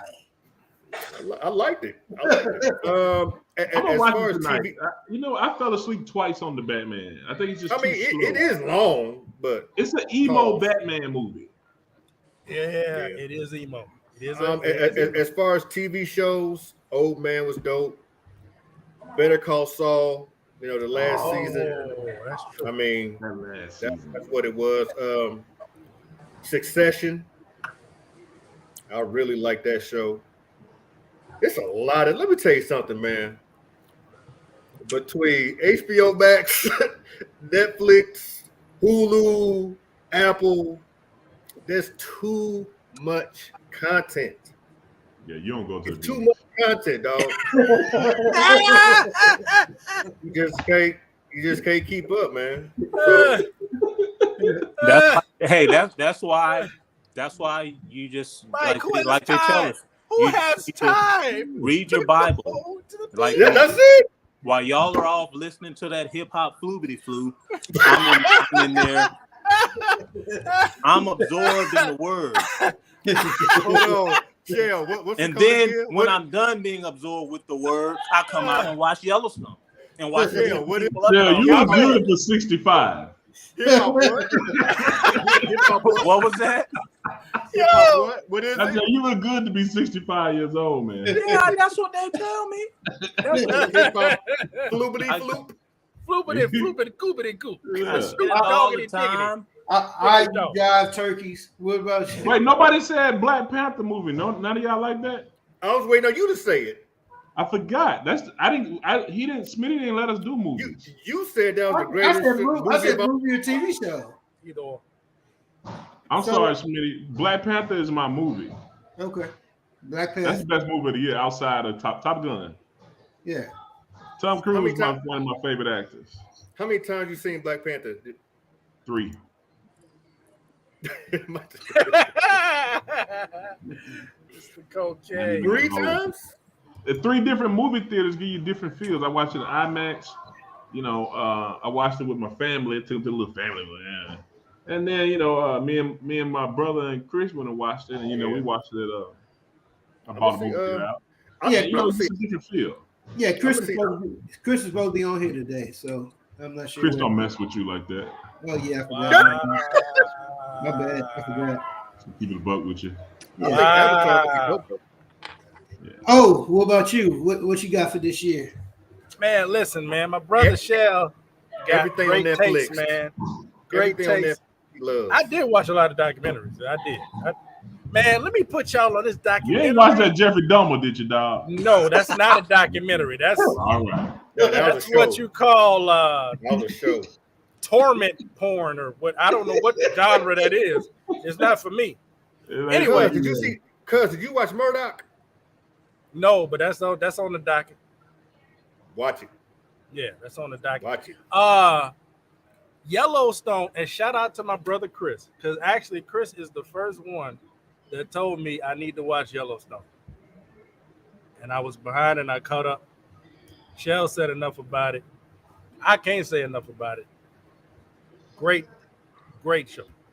Great show. So y'all gonna make me have to watch it now. It's like one of my favorite shows on television. So It's cool, man. It's a good Is show. it better than Peaky Blinders? I'm not gonna say better. That was a really good show too. I ain't gonna say better. It's different than Peaky, but different pace, different. but it's really good. It's really well done, and it's really well put together. Okay. So that's it. Movies, yeah, I like Black Panther. I don't know what I wanted out of Black Panther. But I think they did my well. expectations were low. It was low for that one. Right.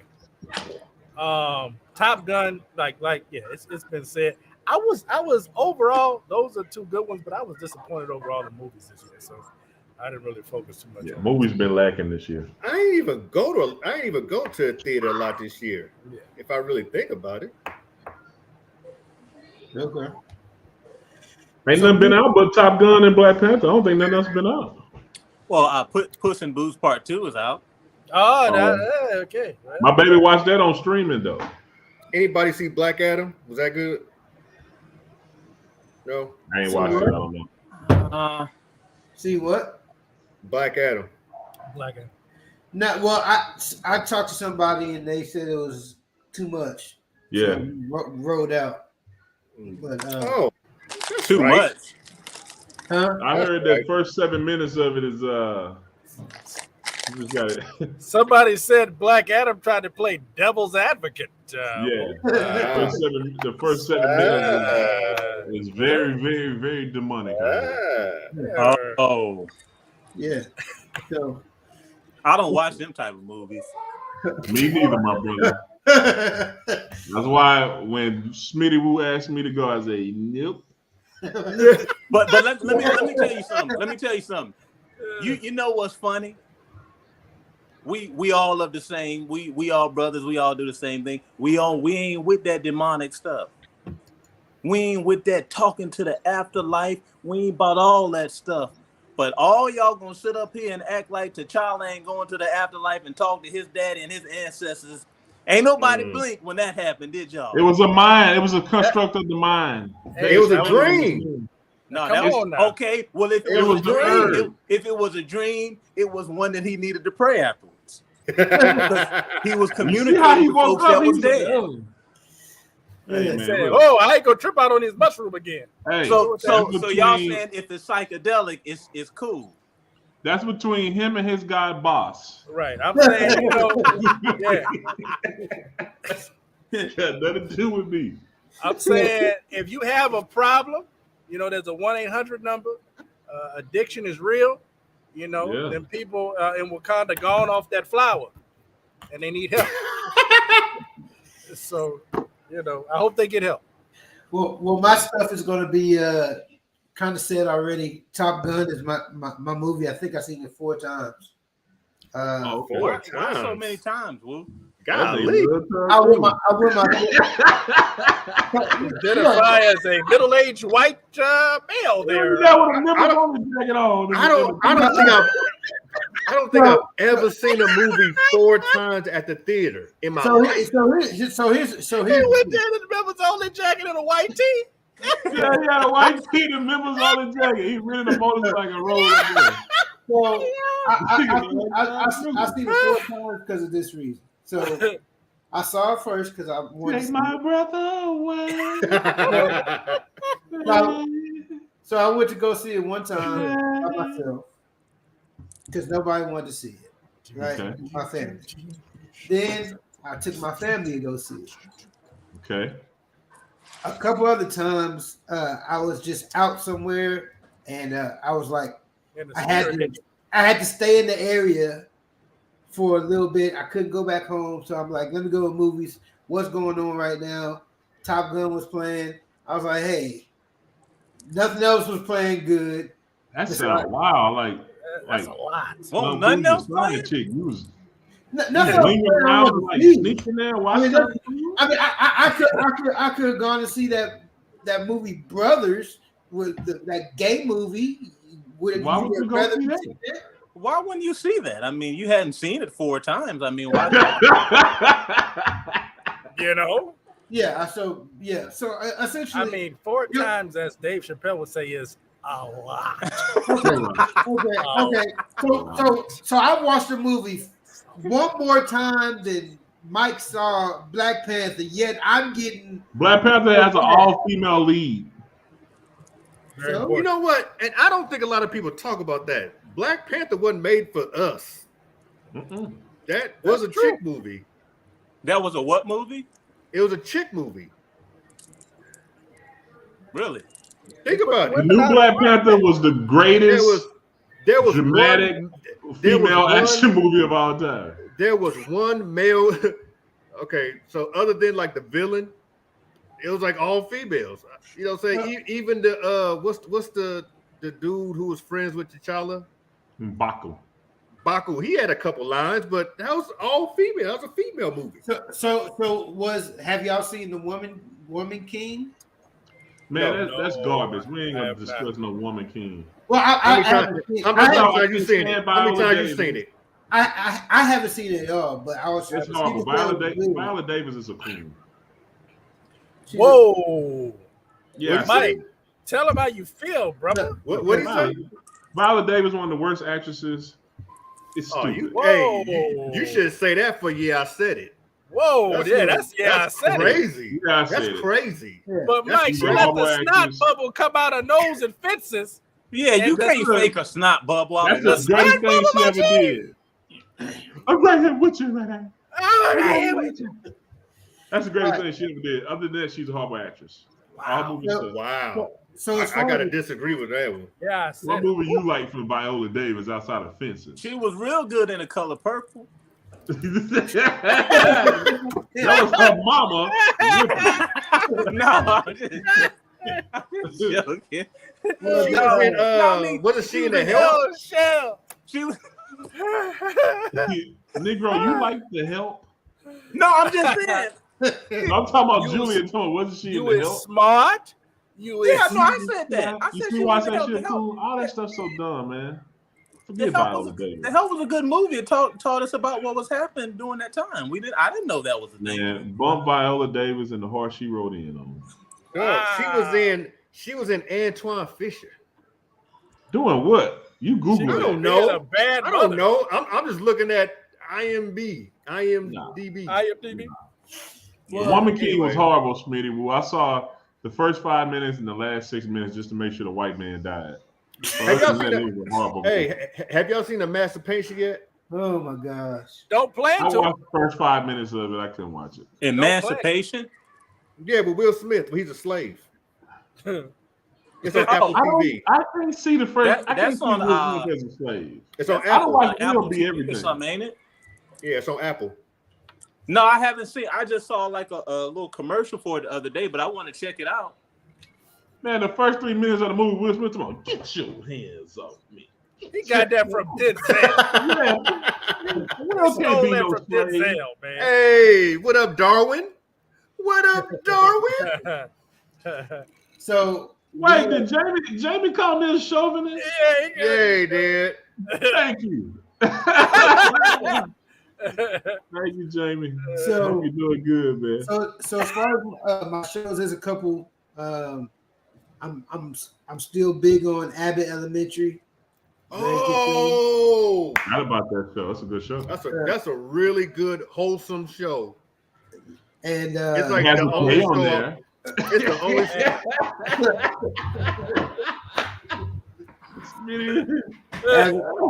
Hey, y'all gonna fall up my seat.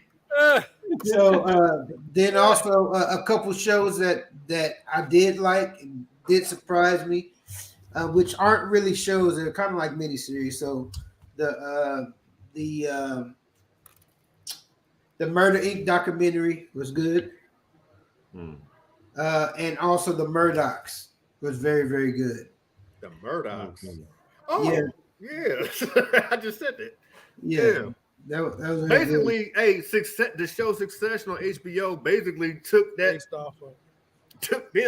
whole thing and made their show. Yeah. Oh, the Murdochs that own it's Fox. based off that own everything.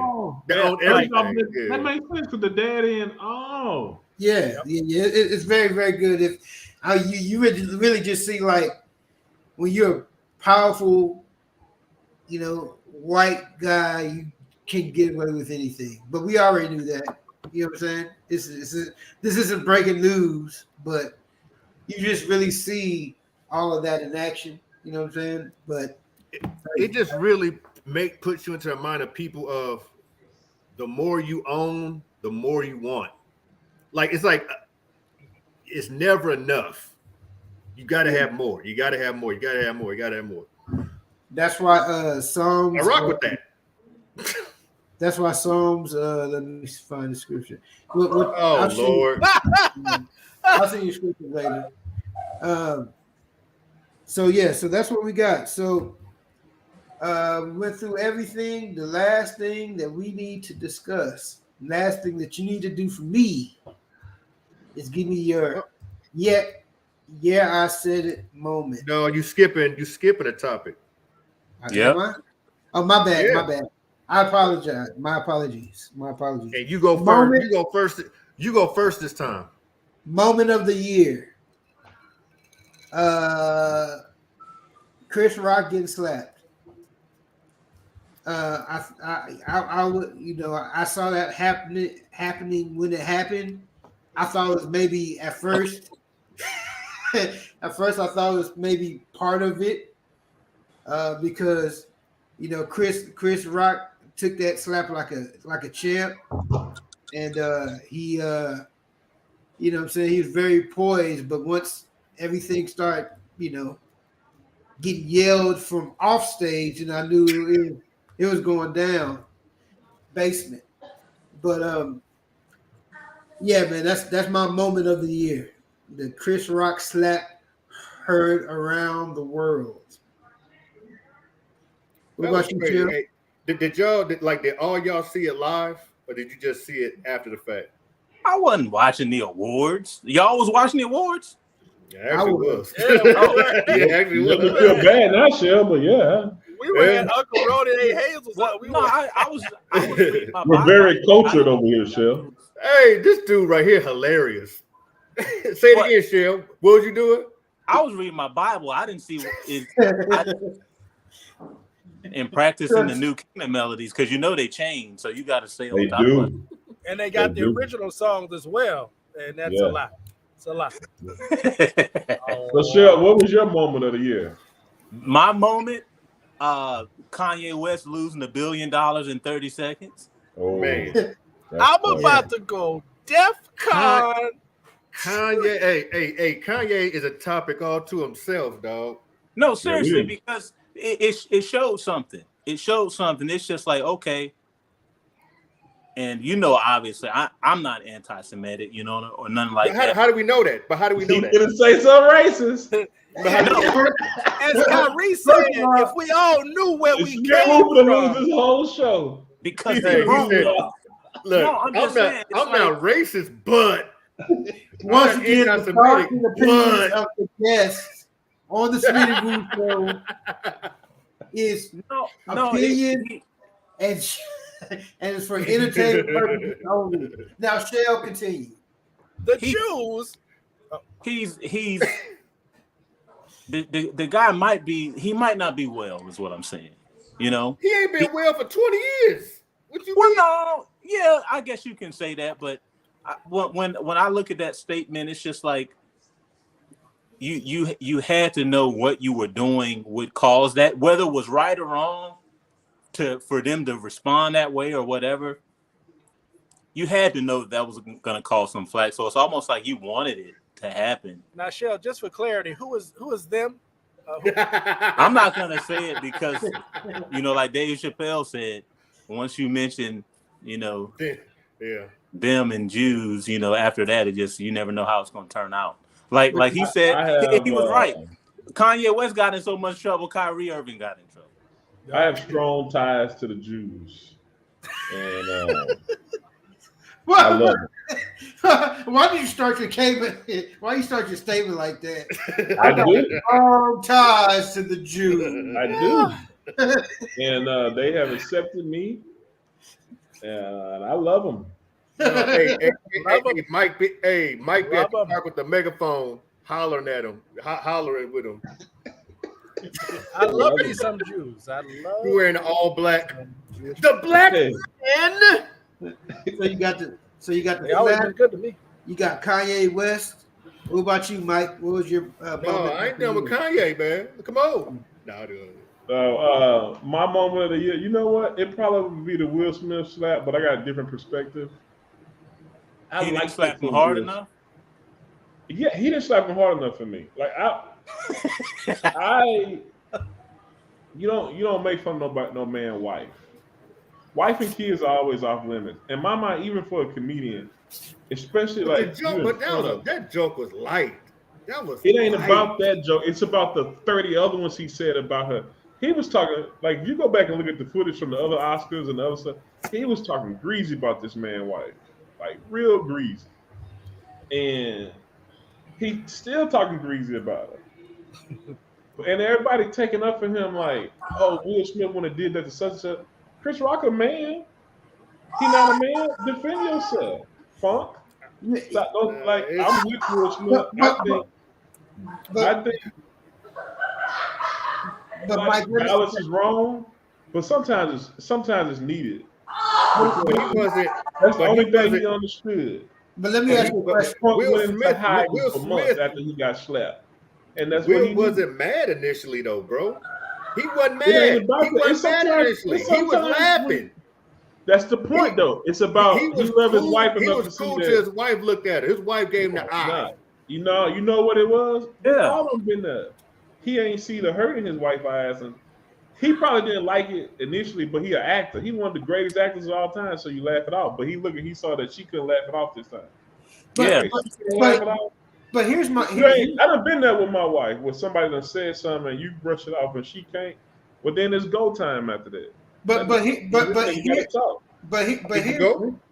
my rebuttal to that. Here's my rebuttal for that. I done Did you snatched go? the nigga up at a convention. Hey, Mike, has it been 10 years, brother?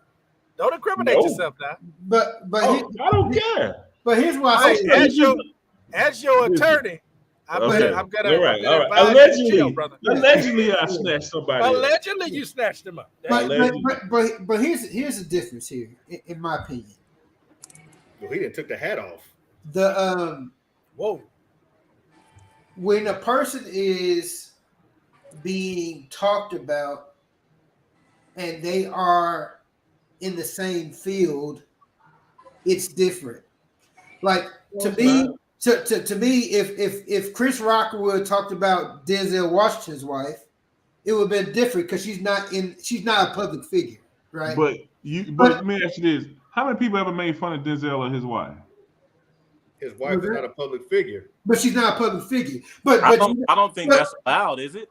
They'll never make fun of Denzel. But who's talked about all the time? There's a ton of other actresses that are talked about. And guess what? Those actresses are married, right? They're females, they're married. None of their husbands was going to name me a married woman. Get invited to the awards, I don't think, do they? Exactly. They go with their wives. Name me a married woman who gets talked about like Will Smith's wife. There's a lot of them. Name one. You ain't named one. Kim Kardashian. Okay. By a black comedian. Think about it. Ted Cruz's wife. Let me take my glasses off. The politician Ted Cruz. He has a dig. He has an issue with her. It's a difference when you're being a comedian and having an issue with someone. Being a comedian don't separate you being a human being and a man. He has an issue with a woman. Why he got an issue with my woman, my wife? You got an issue with my wife, well, then we got an issue. And then you're trying to embarrass her in front of everyone. It's a difference. So and if you can't figure that out, I know how much you love your wife. Let somebody embarrass your wife. That nice woo stuff going out the window. Okay, but the thing about it is he says somebody embarrass your baby, what's gonna happen? I mean, it would be good, but that's beside Thank the you. point. That's it. But just like you, Smitty. But here's the thing, though. The thing about it is let somebody embarrass old wife. Ian is new. Boy. They wouldn't do that. No, love would disrespect. Stop. Look, he had to take a drink. But can it when I'm thinking about it? But can it be an embarrassment if it's? I mean, she's out there with a bald head, right? She's already being seen. So how can someone be embarrassed by talking about a movie just because people see her with a bald head? Smitty, you're missing the point. It's not the joke. It's the fact that he always has to bring attention to her. He's always talking about her. He talks about everybody. He's a comedian. No, he don't. Okay, let's put it like this. That's not the first person he talked about. When he got on stage, he's not the first person she mentioned. He talked about other people first. 50 other people. Why he mentioned her at all? Because she had a bald head, I guess. Exactly. He mentioned her because he don't like her. Woo. There was tension there, right? The year before when they boycotted, Will and Jada didn't come. Chris hosted. He said some stuff, right? There was tension. There. The last time he called her a no talented B. He called her what? He said, I don't know why she boycotted. Nobody invited that no talented B. It's on record. We'll put it up on YouTube. And he said some other stuff about her. He made fun of her show and all that. So think about it. She's still a person. There's got to be some behind the scenes behind. And that's what I'm saying. Chris Rock is a weird dude. She probably turned him down, and he's been hating her ever since. So do you know how that came about though? Because they boycotted the Oscars. No. Not only did they boycott the Oscars, but Jada said Chris Rock shouldn't host it because he's black. I ain't never heard that. I never heard her say that. I remember something like that. So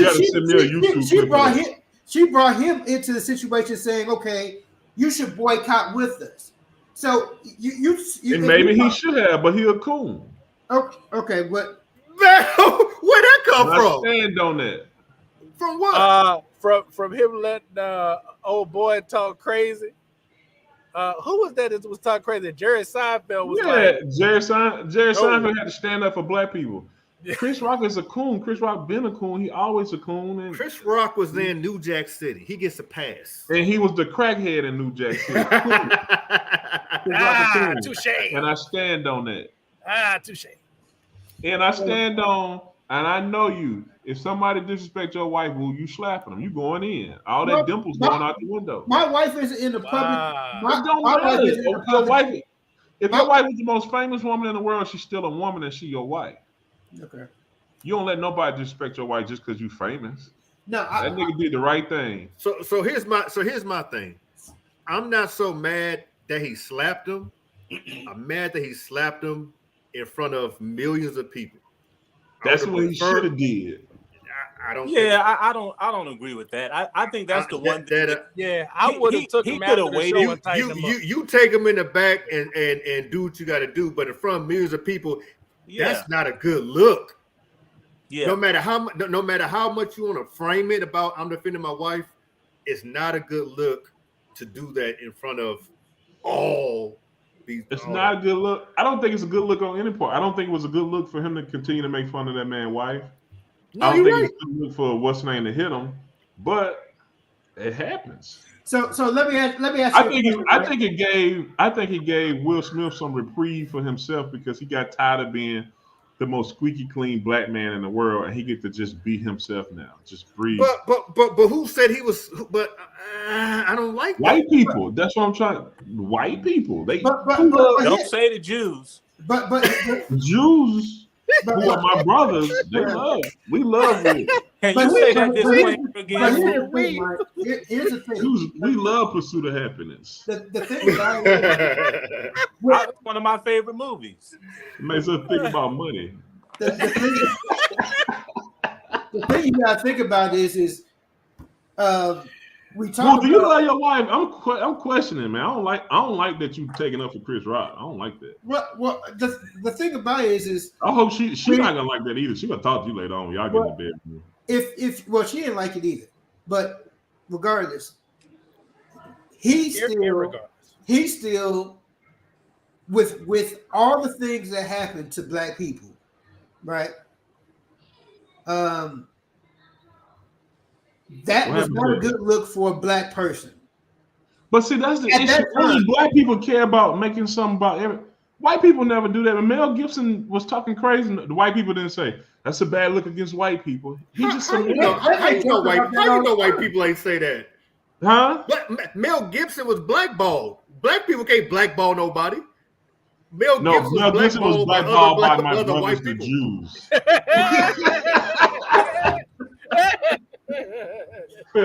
he got Kanye. The thing about it is, I'm just saying, when a white person does something stupid, all white people don't be like, "You're making us look bad." Only black people do that. Why do we do that?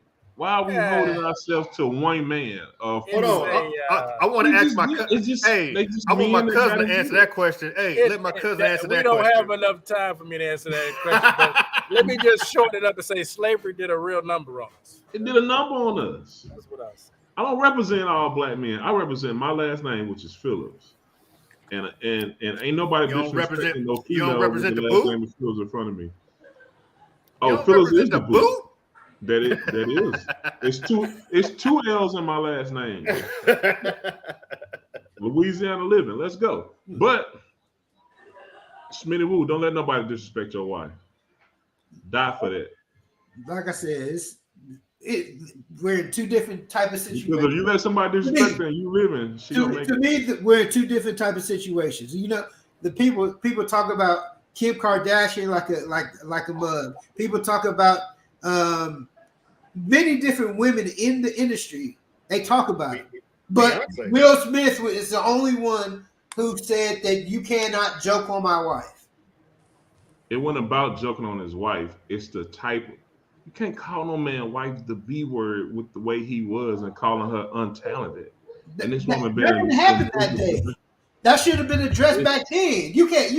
He went in front of him. He got in front of him this time. Sometimes you gotta wait. You gotta wait until you see him. Well, that's the thing. I don't know. I think there's a lot of stuff we don't know. I don't know that he didn't address it. I don't know. Maybe he did talk to him and he said, "Man, I ain't gonna say nothing no more." And then he said it again. Yeah. All right, I gotta address it. Yeah, well, I guess we'll never know. I can't believe you taking up for Chris Rock. You taking up for him. I don't like that. No, I mean, I just. You know, last time on the show. we all have our opinions. We all know think what we think is wrong, what we think is right. And I just think in that situation, I love Will Smith, and I just think at that time it was a bad look. Me personally. That is true. Hey, man, when you and your wife at the car, and somebody throw something and hit her, you better go get them. You leave that card. Go get her. Oh, your moment of the year. For me, mine was when I got married, I guess. Hey! Yeah, that was my moment of the year. I know that's right. 2 inches at a time. I got you. Whoa. This joker right here. Whoa. We'll refer you to the comments before the show began. The disclaimer. Hey, as Maul would say, yo, my man. My man. You misunderstood what I was saying. I was just talking about it takes every moment that you spend with your person, you go closer and closer. So that's what I said. Nice try. Nice try. It's an inch at a time. That's what I said. Nice try. You was talking about NFL on Sunday, the game, how the game is won. Right? No, I'm talking about just, closeness. The hand gestures are not helping you, my brother. But okay. Al said that was mine too. That was his moment of the year when Orion got married. Oh, nice. Who said that? That's my dad. Uncle. Oh, hey, what up, Pops? Julian, moment of the year. Well, I had down 3. Will Smith was 1. Mm-hmm. Kanye was 2. Mm-hmm. My 3rd is Pete Davidson. Pete Davidson pulling Kim Kardashian to me was unexpected, surprising. He just pulls them all. Timing is everything, bro. Hey, that joke right there. Well, a lot of people have pulled on Miss Kardashian. So I don't know if that's really. Yeah, I was kind of feeling the same way, Cher. I don't know if that's like a. That's like it's not like. But look who they had her. Chris Paul. Everybody. Chris Paul. No. Like big celebrities. Chris Paul. Like And 8 men off the bench in the NBA. Chris Humphries had it. Yeah. No. That year he averaged like 10 and 10, right? He averaged like 10 and 10, right? He had a double. He was about 10 and 10 that year. And then Chris Paul, she stepped it up to Chris Paul. He in Taiwan now. He got it. Yeah, the one he got now the was nice. Cowboys receiver that had her. He out the lead. Like that ain't that light skin cat. That ain't even like no I know who you're talking about. I forgot about that. Miles Austin. I forgot about we had to do this to think of his name. Yeah. I'm just saying, like to me, it was unexpected. She go friendly neighborhood Spider-Man. To go from Kanye to Pete Davidson. I mean, interesting to me. She broke for Chris Humphries. That joke sucks. That was like, hey, that marriage lasts like 3 months. That lasts like 3 months. That wasn't even nothing. That was cold-blooded, man. That wasn't even. That don't even count.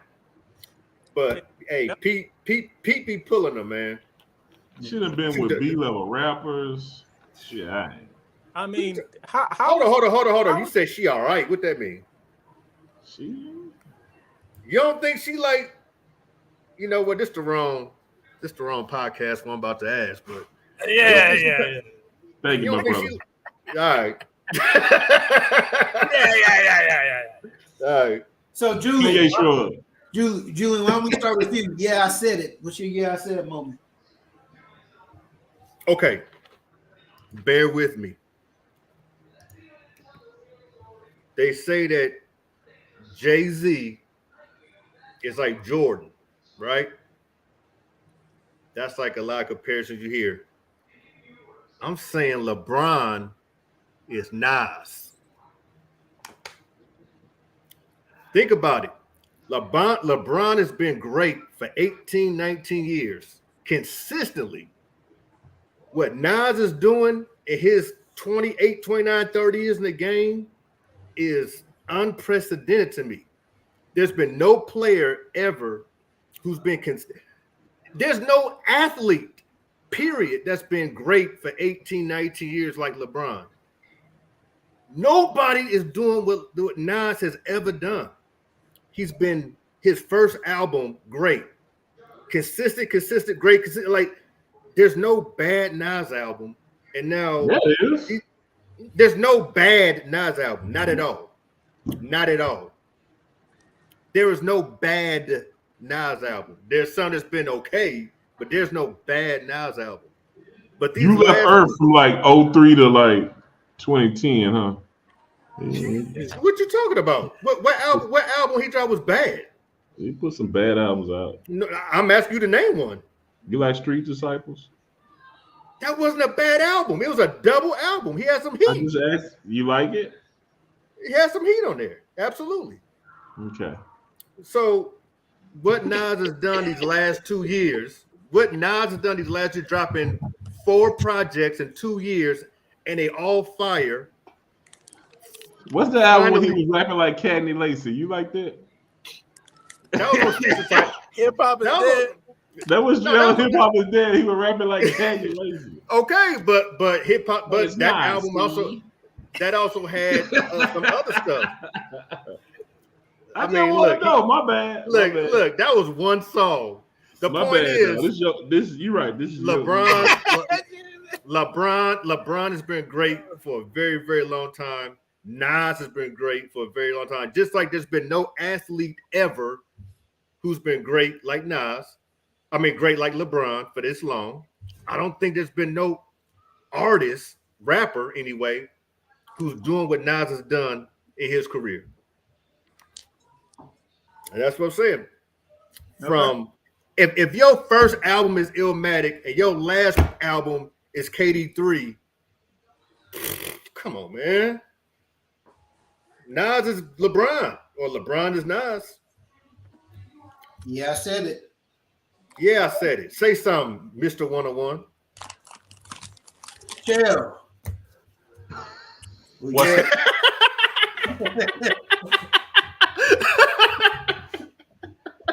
What's your yeah, I said it moment? Yeah, I said statement. Julian. I guess if I mentioned something about my Bible reading, that wouldn't be anything. Yeah, I said it. Ezekiel 7:3 is the best Yeah. scripture. Yeah, I all said time. it. The Samaritans had to go down. No, that folk. I say my moment was the moment we found out that R. Kelly put out another album. No, That's weak. No, that's weak, Chill. Come on, man. No. This Come is on, man. yeah, I said it. Yeah, I Come on, said man. it. What are you saying about this album, dude? I'm just amazed that he's able to still put out albums and he's a felon in prison. Dude, yeah. So that's your hot take. Yeah, I said it's like a hot take. What's like your hot take of the year or whatever? I can't really think of one. Okay. This whole year sucked pretty bad, actually. Skip him. Mike. Hey, give us a year. I said about the Commanders. So, perfect. I didn't know we was trying to hurt my heart and insult me. Okay, here's my year. I said it. I told y'all last year Carson Wentz sucked when y'all was like, he threw for 27 touchdowns and it was hope. I said no. I it was don't hope. care how many touchdowns and interceptions. There's a reason why you were on that team for 1 year. Because most guys, they were like, they spend that much money on him, they'll give him at least 2 years. They ran him out. And I tried to say, like, look, I don't want him. And there was some thought that, well, he can't be worse than Taylor Heineke. Yes, he can be. And I think we see that now. So there you go. Aha. Yeah, I said it. okay. Mike, you've had a lot of yeah, I said it moments during this podcast. Would you like to provide another one? And My moment of the year, that COVID Delta was my moment of the year. I thought your moment of the year was Yeah, I thought about it. That Delta strand changed a lot of things. That's the inside. But anyway, all right. That put some money in your pocket, didn't it? Hey, put some money in your pocket. Me and my fellow dudes, we don't talk about money, man. Yeah, I said it. I'm gonna say this. Kanye was right and he was wrong. Kanye was wrong for saying it out loud. Kanye was right and he was wrong. It wasn't even about him saying it out loud. He was right that the people in power are Jews. But he made it too broad. And he was wrong because he allowed them white people to play on his disability. I think Kanye is bipolar, and I think he has a disability. Absolutely. Yeah, no doubt. And so I think when he was coherent, you heard some coherent parts of when he was posting the names of the people in power and how they're using him and all those handlers. That's 100% true. You can go and follow what he was saying, like, and those people happen to be Jews. But then all that stuff with Candace Owens, now you can tell, okay, he off his meds. So I think he was right and he was wrong. And he was right about any other time when a certain group of people run 3 or 4 things that's either a monopoly or a cabal. And so he's right. But he's also wrong. okay. That's my I said it. So If Viola Davis sucks. Woman So what do you think about him being on all these podcasts with the mask on, talking about Rosa Parks was a plant? And that's what I'm saying. That's that Candace Owens. That's that rhetoric. That's them playing on Kanye West is a genius and one like he's artistic. Like you ever met a high functioning artistic person? You can give them a math problem, then they can go to the thousands of the math problem, or you can have. I know an artistic guy that can build motors and cars. He could do everything with a car since he was little, but he couldn't read and he couldn't write and he couldn't count. But he had a gift and some. Kanye's gift is music. He's artistic. And so his other thing is he's open to so much in the world. And so he hears these viewpoints from people and they'll tell him some because they tell him and he's in their circle, he believes it. And so I think that's the issue. Like they telling him stuff and he going with it because it sounds cool and he going against everyone else and he thinks he's this free thinker and this genius. But the only thing that he said was true was when he posted them names of them people who running them companies and them handlers and what they're trying to do to him. That's the only thing that was true out of all this. All that other stuff is just them feeding him that rhetoric. He hanging with Nick Fuentes, he hanging with Candace Owens, and that's them taking advantage of him. When he had all that money, he was finna buy Candace Owens' husband's network. It was finna go bankrupt, and he was finna buy it for $1 billion. They were using them. He ain't got that billion no more. Hey, he got it the same way Trump's son-in-law was using them. Mike, after Kanye's mama died, Kanye has no one around him that genuinely has his best interest at heart. None. And that's his issue. And that's just it. Yeah. Not Rhyme Fest? No. Rhyme Fest tired of him. Rhyme Fest, but he not for me for how long? Yeah. Forever, Rhyme Fest for a long time, but I'm tired of him. I'm tired. All right. Cool. So is that what's wrong with Antonio Brown? He No, he got CTE. He got CTE. Did you see Perfect hit him? Perfect. I just wanted to say that I was talking with my brother-in-law the other day, and I was trying to tell him, I don't care what anyone says. There is a distinct difference between Antonio Brown before that and after. People say, "Oh, he was always wild." I'm not talking about just being a wild, crazy guy, getting a haircut like Demolition Man. That's different. Right. The dude, not too long after he took that hit, he was on the sideline in a fur leather jacket with his mustache dyed blonde. And nobody rang his bell. Perfect. Nobody rang his bell, even man. They were just like, man, that's just Antonio. I'm like, are you kidding me? Go. He needs some help, and I don't think he getting the help that he need because he's got too much money. Mm-hmm. And same with Kanye. Whenever somebody like that has money, you can go somewhere and they can be like, man, you need help. They're gonna go to somebody else that's gonna tell them something different. Mm-hmm. And he's surrounded by people like that. And I feel sorry for the guy, man, because I don't care how much money you have. At a certain point in time, it's gonna run out because you're not making anymore, and then you just gonna be. You're gonna see how many people want to be around you, but there's something wrong with the guy, and I'm not saying Kanye West is in that boat, but he's definitely in that boat. I feel like something's wrong with him, man. I feel like he should be on medication and he ain't taking it.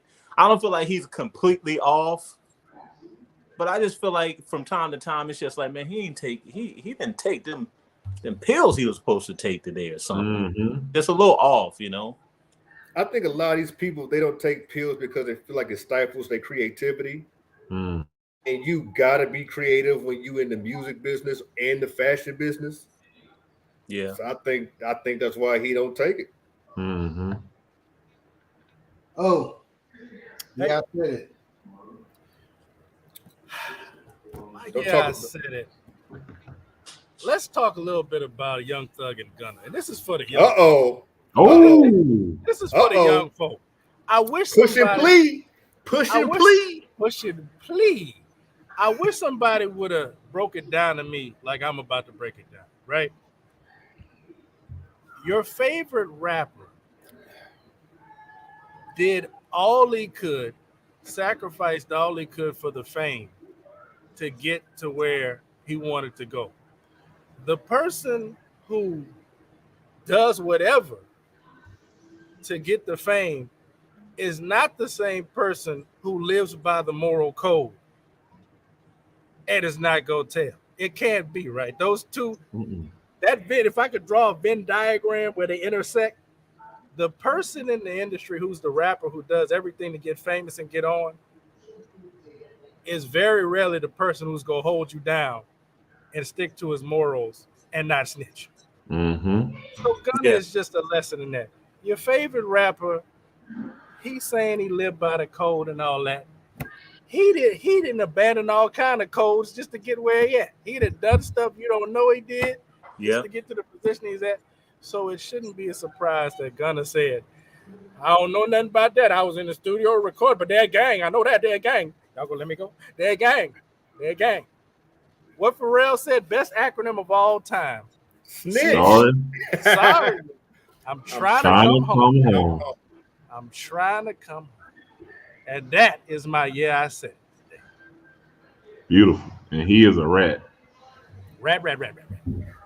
He should move out of Atlanta. He should strongly consider. So with that being said, is Tory Lanez guilty or no? No, definitely. He shot her. Yeah. He about to get off. I thought he was gonna be like sent away, but the way things looking, he about to get off. He got some genius lawyers. They figured out a plan with that girl. Oh, the best friend is just killing the prosecution. Yeah. And that's a shame, right? Because that's her. That's best not who friend. she married to. She's married to one of the executives of the 1501 record label who hates Meg. Get out of here. She married to D-Boy, Crawford's best friend. Are you serious? Wow. Yeah. Whoa. It's a beautiful setup. Whoa. Yeah. That's new information for me. Meg Thee Stallion gonna wind up killing herself, right? Don't say that, man. Watch. That dude gonna get off. She made too much money for that. It ain't about money. Look at the dude that just killed himself the other day that was on Ellen. It ain't about money. Some people unhappy. Making no Meg Thee Stallion money. He was on Step Up. Listen. Some people actually he might have been making. I don't know how much money Meg Thee Stallion making after everybody come out of her pocket. Meg was on SNL. She been on the cover of Forbes. She doing all right. I'm not saying she's not doing all right, but I'm saying people getting paid. Yeah, got a lot of people. I don't think you gotta understand. She's still a musician. She's under contracts. Musicians get contracts. Musicians get the worst of the worst. No. I ain't even talking about the music contract. She doing just stuff talking about what outside she's of doing. Music. Yeah, She's got outside. Like, No, Meg have do fitness like clothing and all that stuff. Meg is dang near close to what Cardi B doing.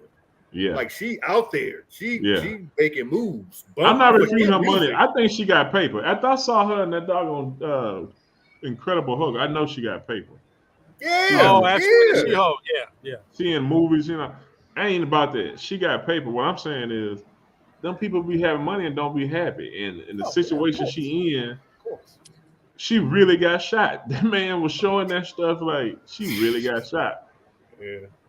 I even kind of I thought he had some do, but it was like, it was just so much doubt they put on that woman, like she didn't get shot.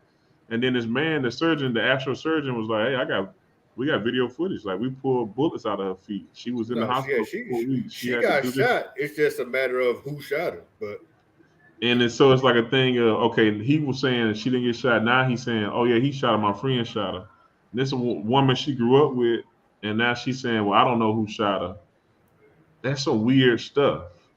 Yeah, especially you know what I'm saying, when you hear the situation in which he just changed his story.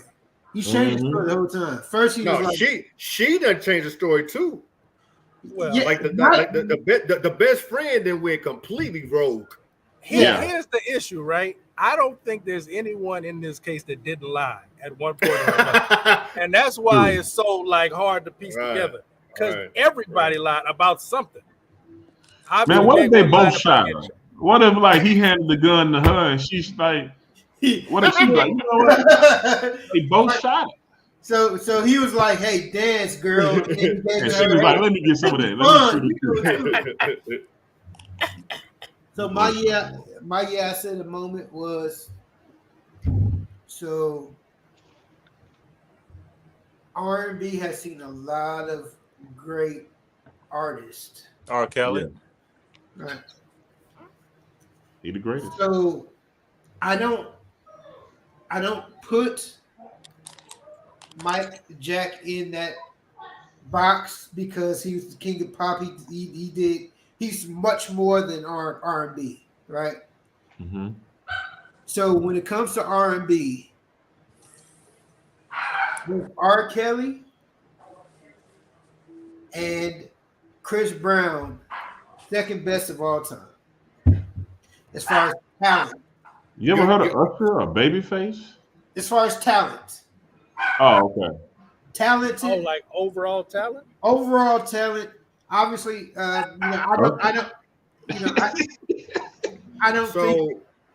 don't think he. Chris Brown could sing and he could dance. And he can play basketball and he can he raps I don't okay. know what he can't do, to be honest. I don't know what he can do.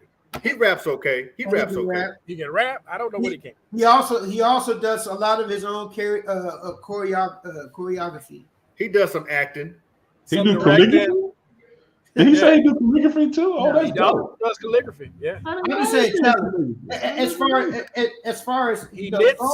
as I far heard he knits. as far as songwriters, Origami too. Origami is one thing that he does well. Yeah, he be making like them like real quick, and then now he got a swan in his hand. He cold with it. Then he talented? afterwards. Who's more talented, Chris Brown or Jamie Foxx? Chris Brown. Chris Jamie Brown. Foxx. How did you put it? How did now Jamie Foxx can sing, he play instruments, tough. he can act. I don't know if he can dance though. Why does dancing trump acting? I'm asking. Because Chris Brown he even acts bad acting, but he acts. He had a cameo in what was it? Think Like a Man. He was the boy do some acting, he do some dancing, he do some singing, he do some He do some. for Rihanna, he do some fighting. And here's why I do it, and that's why I brought it to R&B. If you look at overall, you could say Jamie Foxx, because Jamie Foxx's music is not Jamie Foxx's his number one thing, right? He's an entertainer. Jamie Foxx is an entertainer.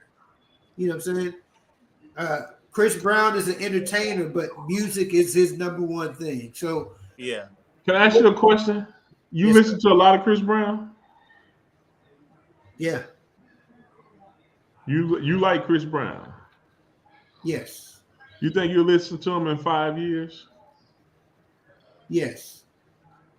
Why wouldn't he? Okay.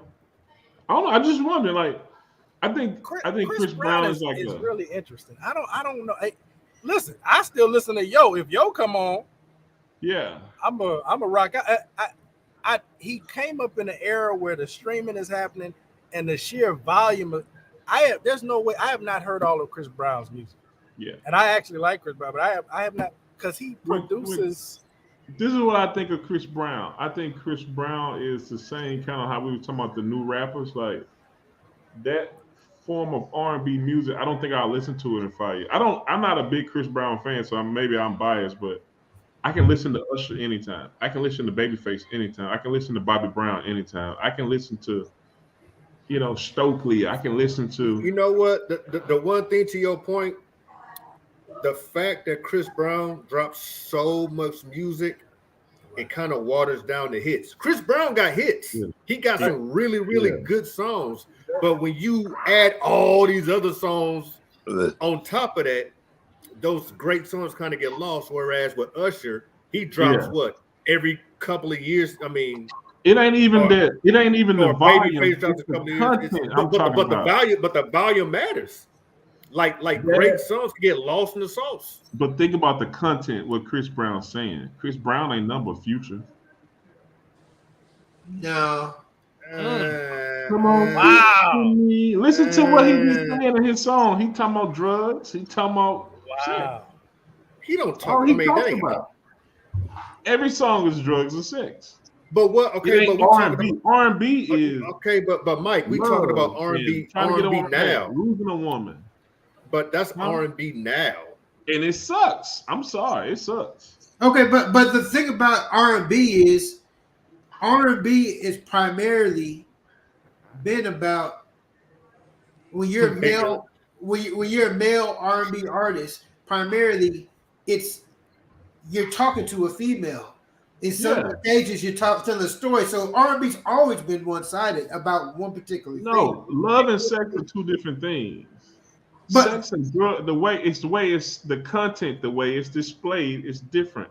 Name 3 Chris Brown songs. Just name them. Name 3 right now that he got out like that you like. A lot. Name them. Name 3. I mean, Damage, Yo. Yo is an old song. Name 3 songs now from this year or last year. A lot of his the album that he came out with right now got a lot of joints on it. I don't know. Name one, dog. Name a title. You don't have to know him by name to bump it. That's what I'm. Okay, now you can name 100 Babyface songs. You can name 100 R. Kelly songs by now. You can name 100 Usher songs by now. But that ain't fair, Mike. That ain't fair, Mike. That is fair. That's good music. Is good music. No, these artists, Babyface wasn't microwave music. He's making this. Well, they are. Babyface and Usher wasn't dropping 50-track projects. Yeah, that was back when they put out an album. I think both of y'all are saying the same thing, actually. Dog, how about this? Babyface may not have dropped 50-track albums, but in 1 year, Babyface wrote like 70 songs. So it's still his material coming from but him. we ain't know that. But we ain't know that till we read the CD cover. I mean, all I'm saying is, and look, by the way, Chris Brown writes the volume can take away from something, but no. What I'm saying is, it's hard to like you asking him to name songs. It's hard to name songs when a dude's dropping 50-track projects. I don't know. No, me personally, I don't know. Like that Nas album is my favorite album of the year. I can name 2 songs off of that, just off of the title. Yeah, I just don't know names. Well, my point with Chris Brown is he's not making R&B music no more. What category would you put it at? It's like it's Future. It's the same thing. It's drug R&B. It's drug music. It's. He said that's that drug R&B. It's drug R&B. D&B. Drug and blues. Drug and blues. Ain't no rhythm in it. It's just, if every song you talking about, man, I can't stand Future. Me and Chris be arguing about this all the time. I was like, dog. Yeah, I ain't a big fan. I bet the Future ain't did drugs in probably 20 years. Every song is Molly and Percocet. But let me ask you a question, Mike. He's the biggest kingpin in the world. He ain't Pusha T. Mike, don't. Mike, you like Pusha T, man. You like the Dream, don't you? I love Dream. Yeah, right. You love the Dream. He doesn't necessarily talk about love. He's talking about the Dream makes a song. So you proving my point. When Dream drops an album, it's full of songs. But Mike is talking about not only the content but the quality, right? It's the quality. It's real R&B. The quality is suffering because he's producing at such a high clip, but also his content is probably going to put it where a lot of the quantity is not going to be deemed classic. His content is he's on the borderline of like that new like rap and R&B, and even some of the female R&B girls are doing it like until like that renaissance of like her and all them came in, Cleo Soul and all that, then SZA and all that, they went back to traditional R&B, but the men ain't really got into that, and Chris Brown leading the men. It's drug. It's like rap. It's like what Lil Wayne them was doing. They was teetering on rap and R&B, but it's all about drugs and sex. I feel bad for Chris, man, because he's so talented, but he could make an R. Kelly style album. So R. Kelly really did the same style every year. He would switch it up. He would do you just beat me to the punch. I was just thinking like that's R. Kelly talked about with sex. But he switched the style of it up though. No. Like, Okay, Mike, you name me one Dream song in which he doesn't talk about sex. One. no, that's not what I'm saying. That's exactly what you said. You said It's the content of the sex. Okay, it's like this. Umbrella. Dream can talk about like Dream talks about sex, but he talking about the dynamics of a woman. Falsetto about singing, huh? Ain't that about singing? Or it could be it's traditional R&B. It's like it's not just in your face. Chris Brown be talking about we like it's too straightforward.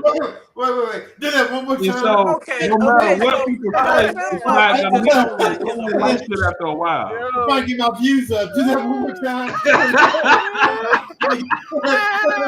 No. So it sounds like you just don't like him. He too upfront with it. You like some foreplay. Yo, let's rewind. Let's rewind. My 2022 moment of the year just happened. It was Mike impersonating Chris Brown on my show. That is my moment of the year. Oh my God, Mike. Oh my I God. was ain't no Chris Brown fan. Oh my goodness. All right. You too forceful. Well. Yeah, man. He's strong on it. You know. He's strong. He taking it by force, Mike. Yeah, he give a drug. In all his songs, what it sounds like he's getting a drugged up, a drunk, and he's taking it. It does something to me when I listen to that. I'm like, I don't feel good. Chris Brown makes rape culture I music. got you. I want the woman to have a choice. I understand where you're coming from. You just don't like his approach. No means no. You're like, Hey, can I Marcy, get some wine You stupid, first? man. You stupid. Hashtag me too. He gonna say we gonna have some. He's too instructive, you know. Yeah, like You want to just let it happen organically, you know. use some soliloquies and synonyms about what you're doing. So, Yeah. a double This was entendre. a highly entertaining show. I've never thought I'd have a show with Coon says so much. However, you know, it is what it is. We are. He'd be like, like I said, I'm Robitussin. I don't think that was me that said. But you probably like that Under Influence song, don't you? So you know the name of that one. I mean, it's his last hit. Yeah. Yeah. And they play it all the time. Well, we'd like to thank y'all for joining. Real quick, Mr. One of One, Mike. What else? What you got going in the pike? Pause. What I got going on? Yeah, whoa. Oh, Wait a minute. What? I'm taking my glasses off like Shannon Sharp. Why are you doing that? Why do you keep disrespecting me like that? Wow, I had to pull the Cartiers off. Had to pull the Cartiers off and talk to him. I got a baby on the way. Hey. That could be my moment of the year. When that Yeah. happens. All right. Beautiful. Thank your wife for not going into labor while you're on the show. Appreciate that. I keep having beautiful kids. I want to thank myself for that and God. What else I got going on? You know, I'm just continuing to be me and being mentored by my Jewish friends, and I'm now up to 2 clinics, and I'm building another one. So you know, we outside. It is what it is. We ain't gonna discuss. Say that twice. Say that 2 times. We outside. You know what time it is, man. Appreciate your favorite things. If you're in Arizona, stop in. I know your favorite things, but I'm gonna buy it back and get you a say, hey, Mike don't care about your favorite things no more. Nah, I saw baby got a lot of y'all care about your favorite things. My bad. Okay, my bad. I'm a war profiteer. I'm getting this COVID money. Oh yeah. I'm gonna pick the boat with you. Oh yeah. All right. He profits off of your pain. The pale horse is gonna ride to the end. The Bible said it. Then I'm gonna get this paper.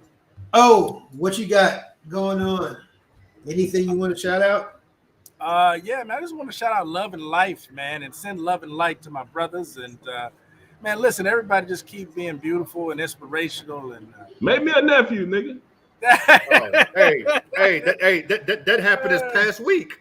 He Let's just go, don't right? know it yet. He just don't know it yet. No. He just don't know it yet. The kid made me talk about no.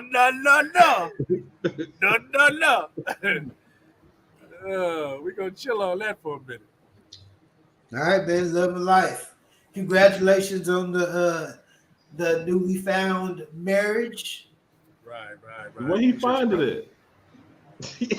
Found it at the dollar store, brother. It was right there. Found at the dollar store. Found it at the dollar store. It's always right been there. around. It's always been there. That's right. Just scooped it right on up, brother. Shell, anything you want to shout out besides HTTC? Man, just everybody stay safe, stay healthy, man. Just keep. We all running the same race, you know. We all got jobs, we all got lives, we all got that stuff going on, man. But keep doing what you do, what we gotta do, you know. But man, thank you, Shell. Thank you, brother. And Thank you, brother. Make sure you read your Bible every day.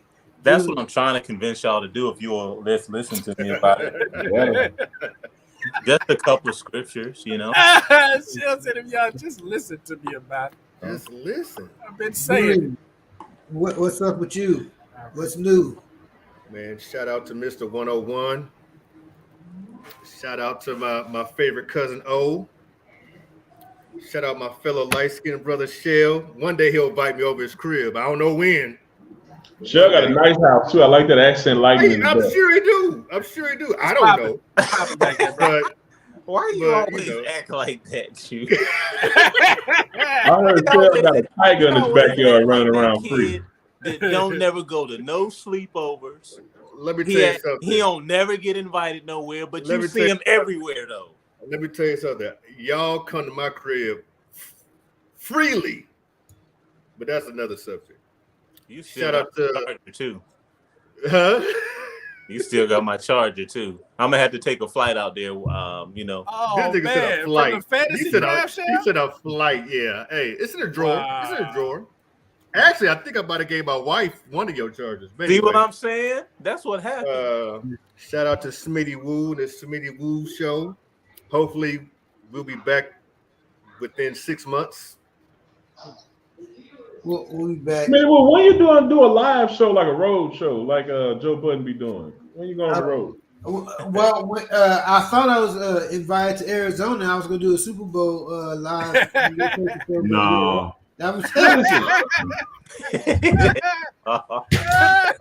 it's only so many you can fit because in the suite, the chef being there. Marshall, you missed it by that much. They have waitress in that joint. But and so you know at what time it is. Yeah. So just on the for everybody else for the shout outs, if you ever need some installation in Houston, short and fast insulation. If you need appliance stuff going done out here in the Dallas area just in time. If you need to buy a house, we got the real estate agents for you. If you need to COVID test it. My homie Derek Smith still selling them houses. Yeah, he's still selling houses. I got a lot of them in the cut. So if you need your hair cut, holla at Drew. If you need Drew be messing up folks' phase, I heard. He tried to give a nigga Hold on a second. Hold on, man. Nah, he gave a dude a boosie and it was a Gumby. I saw it on Instagram. Yeah, he got 3 stars on Yelp. Hey man, we gotta talk about this we gotta talk about this free promotion you giving out, man. Man, no, I pay Woo. Let me tell you something. I cash out Woo. I'm gonna show you how much I cash out Woo. I need to see it. He had a show in about 9 months. First of all, I was in California. I was in California the last time we had a show. What's that say? 3,500 got sent to Woo. Oh man! I ain't got no plugs. Go ahead. Who out of control? Go ahead, push that green button. Go ahead, push that green button. Go ahead, push that green button. We wild out here. Will y'all have a nice night? For all the fans, we'll be back. Play my commercial, Woo. 2 weeks tops. Smitty Woo Show out.